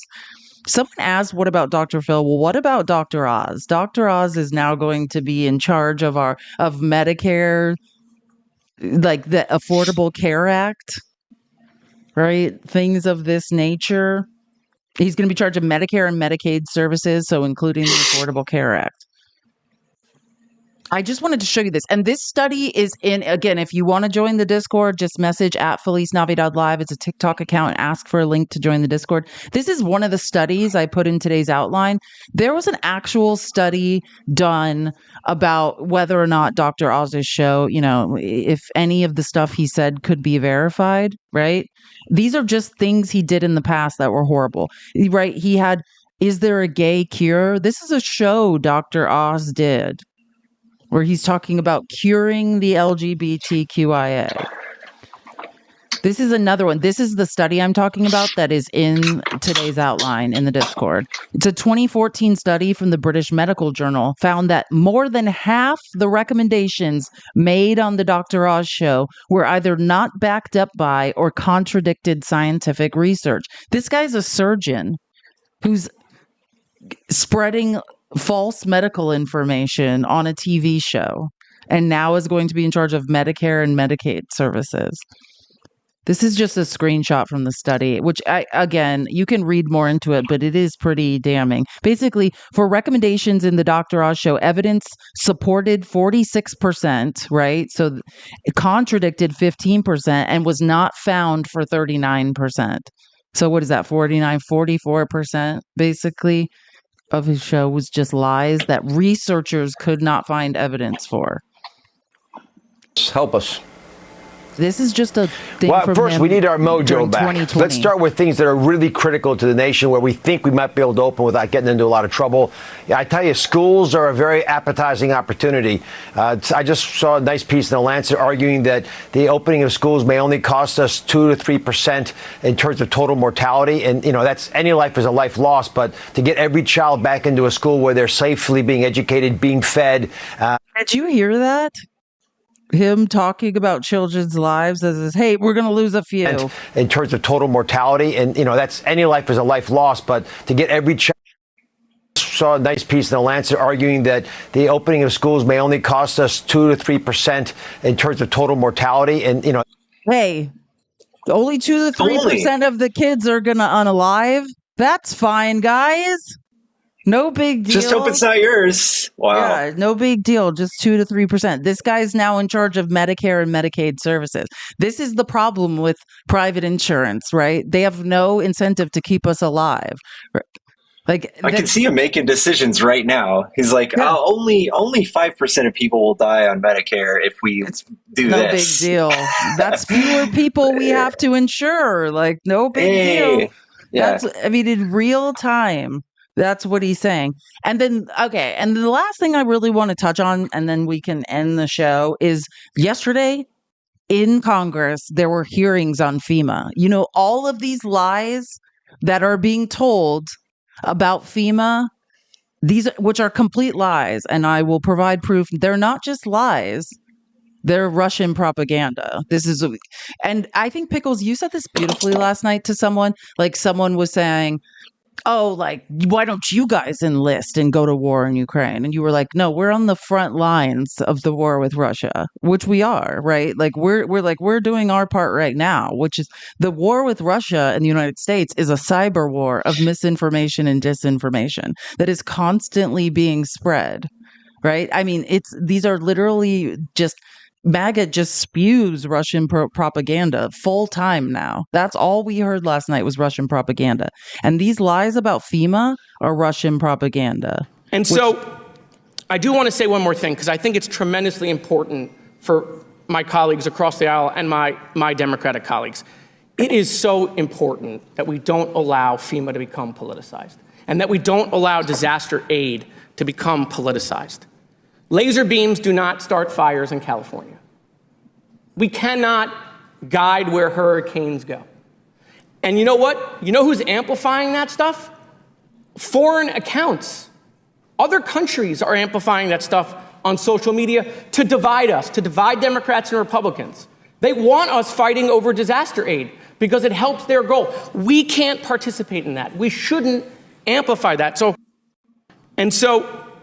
I do want to say one more thing, because I think it's. So again, I just want to show, because I love the Institute for Strategic Dialogue. This is a research group that does quantitative analysis. This is a study that is in today's outline as well, if you want to cite it. Russian propaganda exploits U.S. hurricane response to undermine FEMA and Ukraine support. If you are spewing lies about FEMA, and let me just help you out, Maga, because I know some of you are confused. The only person who ever took money out of the disaster relief fund and moved it to a different FEMA bucket for migrants at the border was Donald Trump in 2019. That was Donald Trump. That's who did that, if you guys are curious. So if you're 272 million. Yeah, so if you're curious, I mean, if you want to hold someone accountable, that would be your Lord and orange savior, Donald Trump. Okay? And Joe Biden didn't do that. But again, I just want to show these are this is the propaganda from Russian state media from this quantitative analysis. Narratives promoted by Russian state media, diverting funds to Ukraine at the expense of U.S. disaster relief. Does that sound familiar to anyone? This is an example. I'm sure if you're on X, you've seen this guy, Dmitry Medvedev. No cash to clear up after Hurricane Milton in Florida. No cash for French farmers. No cash to revive German industry. However, they found enough cash to support a crazy drunken mob of Ukrainian thugs in Europe and churn out weapons to exterminate Slavs in the military conflict. This is Russian propaganda. Here's another one. The second type of Russian propaganda related to FEMA. Biden administration incompetence in disaster relief. Sound familiar? If you are spreading these lies, MAGA, you are an agent spreading Russian propaganda. Congratulations. And the third one, FEMA's inability to provide effective aid. More Russian propaganda, right? All of these are lies. It's an atmospheric research facility in Alaska that, believe it or not, conspiracy theorists allege is a mind-controlling weather machine. And one of the conspiracy theories out there is that somehow FEMA controls the weather. And I assume that you, as the administrator... This is what Marge Green is saying every day. Lauren Boebert, right? Candace Taylor, this is what they're saying. Do not control the weather, right? I do not control the weather. And you don't use secret machines to control hurricanes to target certain places in the United States, right? Correct. And you and your team did not direct severe weather at North Carolina to, quote unquote, commandeer lithium mine property in that state, right? Why would anybody want to bring harm to the American people? And you would not direct severe weather to target anyone of a particular political party, right? Never. You're not establishing FEMA camps to detain individuals or enact martial law, right? Correct. These are all conspiracy theories that you've had to deal with. These are all lies being spread by the right who are now agents of Russian propaganda. I previously served several terms on the She answers just like somebody who does control the weather. Exactly. It's exactly what somebody would say. But that's what I would say if I was controlling the weather. There's no way to be logical with MAGA, because when you are in cognitive dissonance, yeah, exactly. That's what I would say if I was actually in control of the weather. That's a great point. I want to show you. Well, let me show you Jasmine. It's my understanding. Oh, I'm sorry. You're right. That over 671,000 households impacted by Hurricane Helene have received over $503 million from FEMA's Serious Needs Program. And over 218,000 households impacted by Hurricane Milton have received over $145 million. Yet and still, we had members on this committee. It looks like we had, there were 82 members that opposed the bill to fund when we knew that this was coming, thanks to NOAA. Wait, so Pickles, who is it that votes against funding the disaster relief fund? Wasn't it like 175 Republicans? Yeah. So MAGA, while you're spreading Russian propaganda and lies, please understand that if you actually care about who votes every single time it is brought to a vote to fund the disaster relief fund, it is the Republicans that vote it down. The same Republicans that are lying in these hearings. Our tax dollars are paying for a Republican hearing where they're accusing FEMA of controlling the weather. It's not even, I'm laughing so I don't cry. These are our tax dollars. We're wasting millions of dollars accusing people of controlling the weather. Thank you, Mr. Chairman. While Democrats are complaining about this lengthy hearing and about President Trump coming in and slashing and reducing the size of government, I just want to say let the purge begin, because there's people that are homeless right now in Western North Carolina, Eastern Tennessee, Georgia, and it's not, misinformation is not the most dangerous thing facing us. It's right now pretty much the federal government and the failure to the American people. Okay, so she's lying about lying? Am I?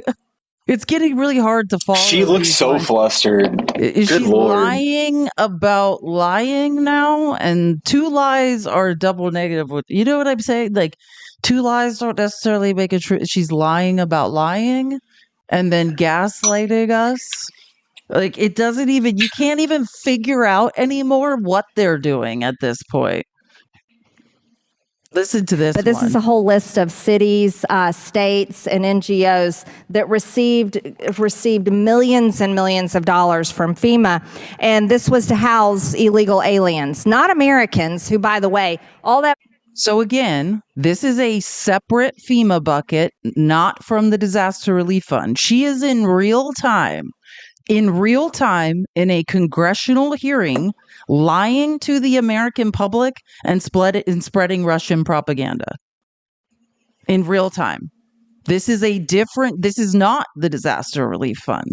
Now, again, if you do want to hold someone accountable who did move money out of the disaster relief fund, that is Donald Trump in 2019. But again, this is not the disaster relief fund. She is in real time carrying water for Russia. Money right there, that comes from Americans' bank accounts when they write their checks to pay their taxes. Do you think it's acceptable for billions of American taxpayer dollars to be spent on housing people invading our country, but yet Americans in North Carolina, Georgia, and Florida are still homeless and have yet to fully receive support? Congresswoman, we have been directed. Is that equitable? We have been directed by Congress to administer the Shelter and Services Program. So again, imagine that. What she just said is, hey, you're part of the 118th Congress. You're a Republican. You've been in control of the House. You control the budget. You control the purse strings. You guys put money in the Shelter and Services bucket. You mandated us to do it, right? That's what she's saying. She said, you did this. Republicans, you made the budget. You put money in this FEMA bucket. To administer the Shelter and Services Program. If Congress chooses to change that direction, we will follow that law. Congress is changing that direction. Absolutely. We're going to put Americans. So again, they were in charge this time. This is their budget. They funded this bucket. Do you understand the madness that one of the Republicans in control of the budget and the purse strings is yelling at a lady whose job it is to basically just carry out their wishes? Margarine should be screaming at herself, is what I'm trying to say. It's unbelievable. And the lady's like, yeah, well, you're in control. So if you just don't budget for it, we won't do it. And Marjorie continues yelling at her as if it's not her own fault. Citizens first, not migrants, because we don't believe that's equitable. You see, the situation, housing illegal aliens while Americans suffer with Americans' taxpayer dollars, that's not equitable. As a matter of fact, that's the biggest failure that could be ever done to the American people. It's such a failure, it should be treason. Yeah, maybe the Republicans shouldn't be in charge of the budget anymore since you guys did this. We are in a nightmare. Margarine, go look in the mirror in the bathroom and tell this to yourself. Like, it's unbelievable. She's yelling at someone that has no control over the budget. She, in fact, was a Republican in the 118th Congress who had control of the budget. Listen. We can when Elon Musk is furious listen. that he can't get Starlink delivered to folks, when I have Congressman Corey Mills. Yeah, that's a lie.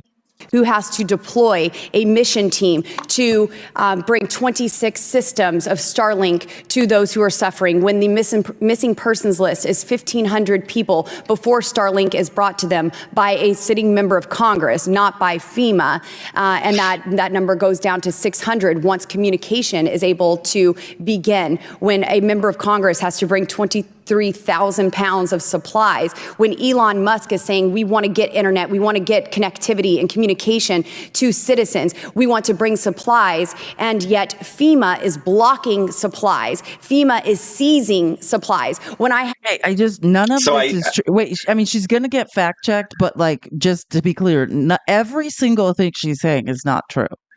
And just for the record, I just looked it up. Both Boebert and Green voted against funding FEMA this last round. Exactly. And the main point is whenever, first of all, these are two people who are spreading Russian propaganda. But more importantly, if you care about the disaster relief fund, it is the Republicans that never fund it. But again, every word Lauren Boebert has said so far has been a lie.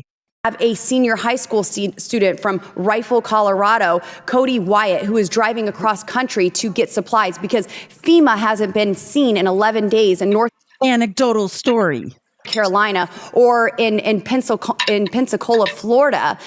When they aren't present, can citizens help, or is FEMA going to continue to block private citizens and refuse to help those based on their political affiliation? FEMA has never blocked any assistance from moving around any of the states that were impacted. In fact, when Mr. Musk released that statement, we had over 70 Starlink satellite terminals in and around North Carolina, exceeding what he For had 11 already days, said. Congressman Corey Mills did not see a single FEMA representative or truck, and I have witnessed. Oh, if one man who was not on the ground at was the he disaster blindfolded? Yeah, just hey, well, a guy told me he didn't see FEMA. Like, listen to it gets worse for Lauren. I don't know.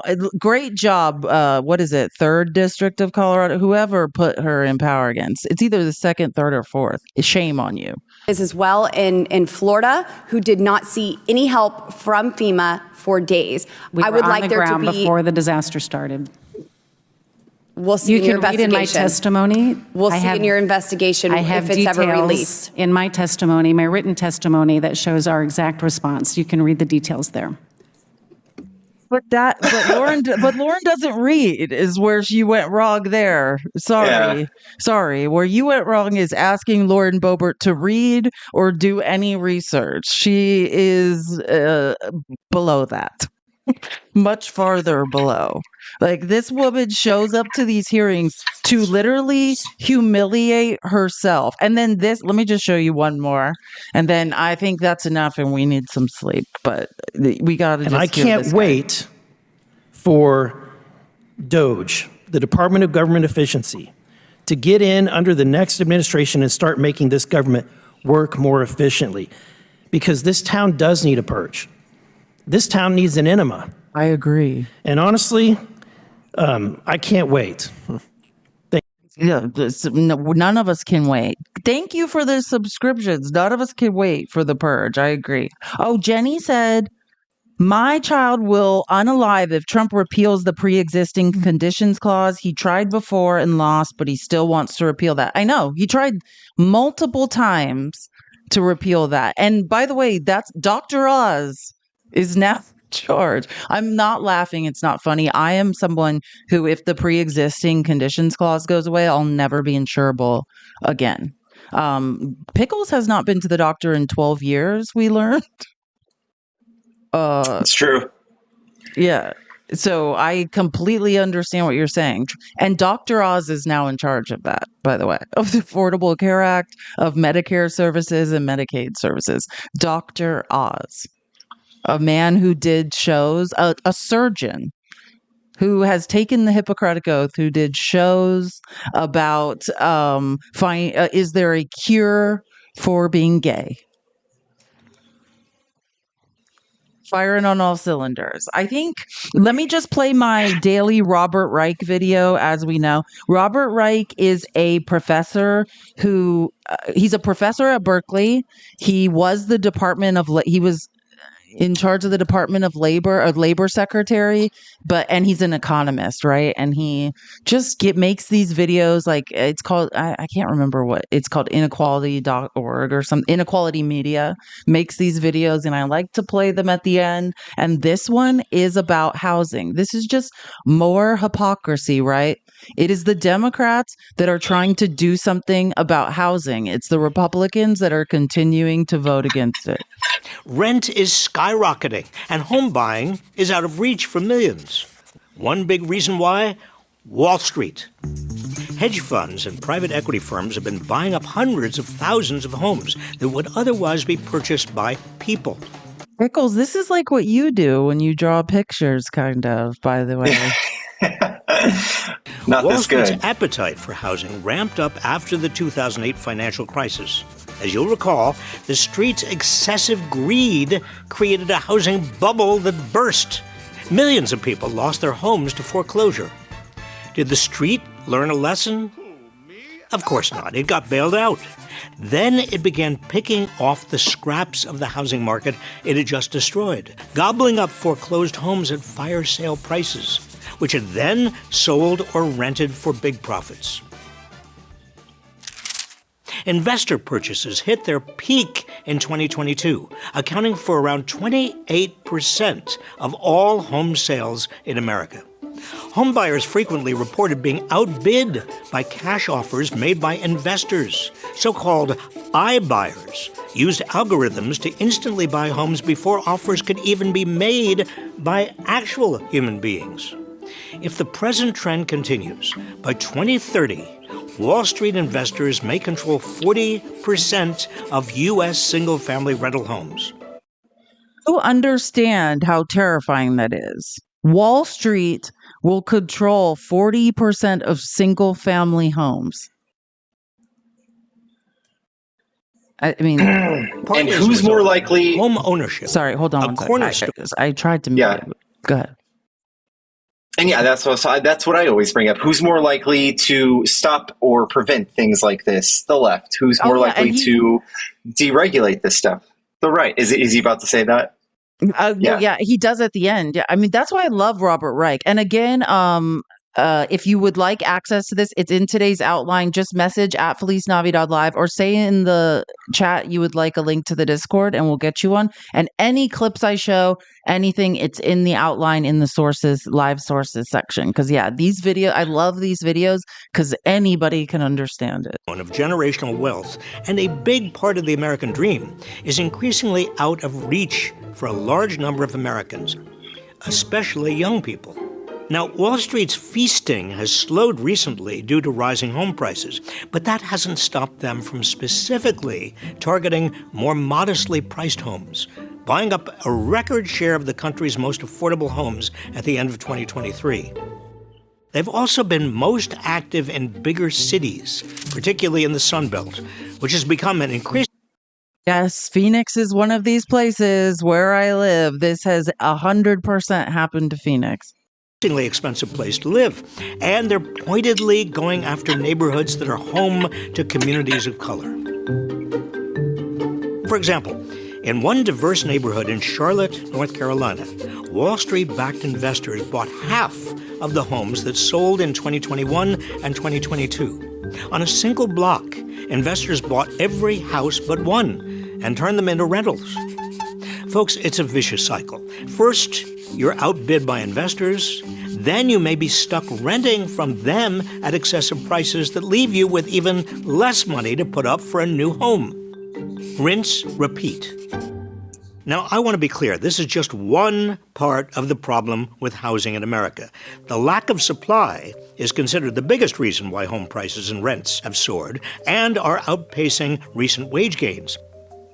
But Wall Street sinking its teeth into whatever is left on the market is making the supply problem even worse. So what can we do about this? Start by getting Wall Street out of our homes. Democrats have introduced a bill in both houses of Congress to ban... Who did he say? Did he say Republicans introduced a bill to ban this? No, he didn't. He said Democrats, because these are progressive issues. Republicans think, MAGA thinks Republicans are going to fix the housing crisis. No, they're going to deregulate it further. Start by getting Wall Street out of our homes. Democrats have introduced a bill in both houses of Congress to ban hedge funds and private equity firms from buying or owning single-family homes. If signed into law, this could increase the supply of homes available to individual buyers, thereby making housing more affordable. President Biden has also made it a priority to tackle the housing crisis, proposing billions in funding to increase the supply of homes and tax credits to help actual people buy them. Now, I have no delusions that any of this will be easy to get done, but these plans provide a roadmap of where the country could head under the right leadership. So many Americans I meet these days are cynical about the country. I understand their cynicism. But cynicism can be a self-fulfilling prophecy if it Amen. means giving up the fight. The captains of American industry and Wall Street would like nothing better than for the rest of us to give up that fight so they can take it all. I say we keep fighting. Amen. I mean, and that's the point, you guys. There's no, all we can do is fight, right? Can we win? I honestly don't know. Have we reached the tipping point where this is irreversible? Have we reached a level of like herd ignorance where we can no longer educate people out of this idiocy? I don't know, but we fight until the end, right? So again, I mean, that's why I say all these resources available, make content, have conversations, like we need to be open. And I'll say this again, knitting cult lady said when we were on Faxes Live on Monday, if we had the secret, like the magic pill or the secret recipe to talk people out of a cult, to make people come to the light, then she would bottle it, sell it, and we'd all be, she'd be rich, right? There's no perfect answer. If there was, we wouldn't be struggling so hard. But all we can do is continue to be open to having conversations, right? Provide spaces where the truth is being offered, and when we see those cracks, right, like in the cognitive dissonance, and there's a crack and the light starts shining through, be there to force your foot in that crack and force it open wider and say, hey, like, do you want to have a conversation about this? I mean, that is essentially, I wish there was a better answer, but that's where we are now. Any last thoughts, Pickles? No, I'm so tired. So thank you so much for having me up. But yeah, I wish I had more to add to that. But yeah, I always bring up the fact, if you guys want to look into this, the Dodd-Frank Act, Trump made revisions to the Dodd-Frank Act. And when he came into office, that was one of his first things he did. And he also did an executive order that deregulated the housing market. And I can't read all of that legal. I even had Law of the Wild try to dissect what was done. And I don't know what was done. But they did surgery on that. And this is what happened afterwards. So I'm assuming the two things are connected. Yeah, the Dodd-Frank Act. Maybe we should go into the Dodd-Frank Act in more detail sometime. But yeah, Pickles and I are exhausted. He has to go live later. You need to get to sleep. I need to go walk a few miles for my mental health. So guys, thank you so much for coming and listening and learning today all together. I enjoy this. I will see you guys later tonight in the Discord. Pickles, what time are you going live later? I'm going to go live in about 4 hours. I'll go live in about, so I'll take a little nap and then I'll be live in 4 hours. All right, text me when you get up. Okay, guys, later, Gators. Have a great day. Bye, y'all.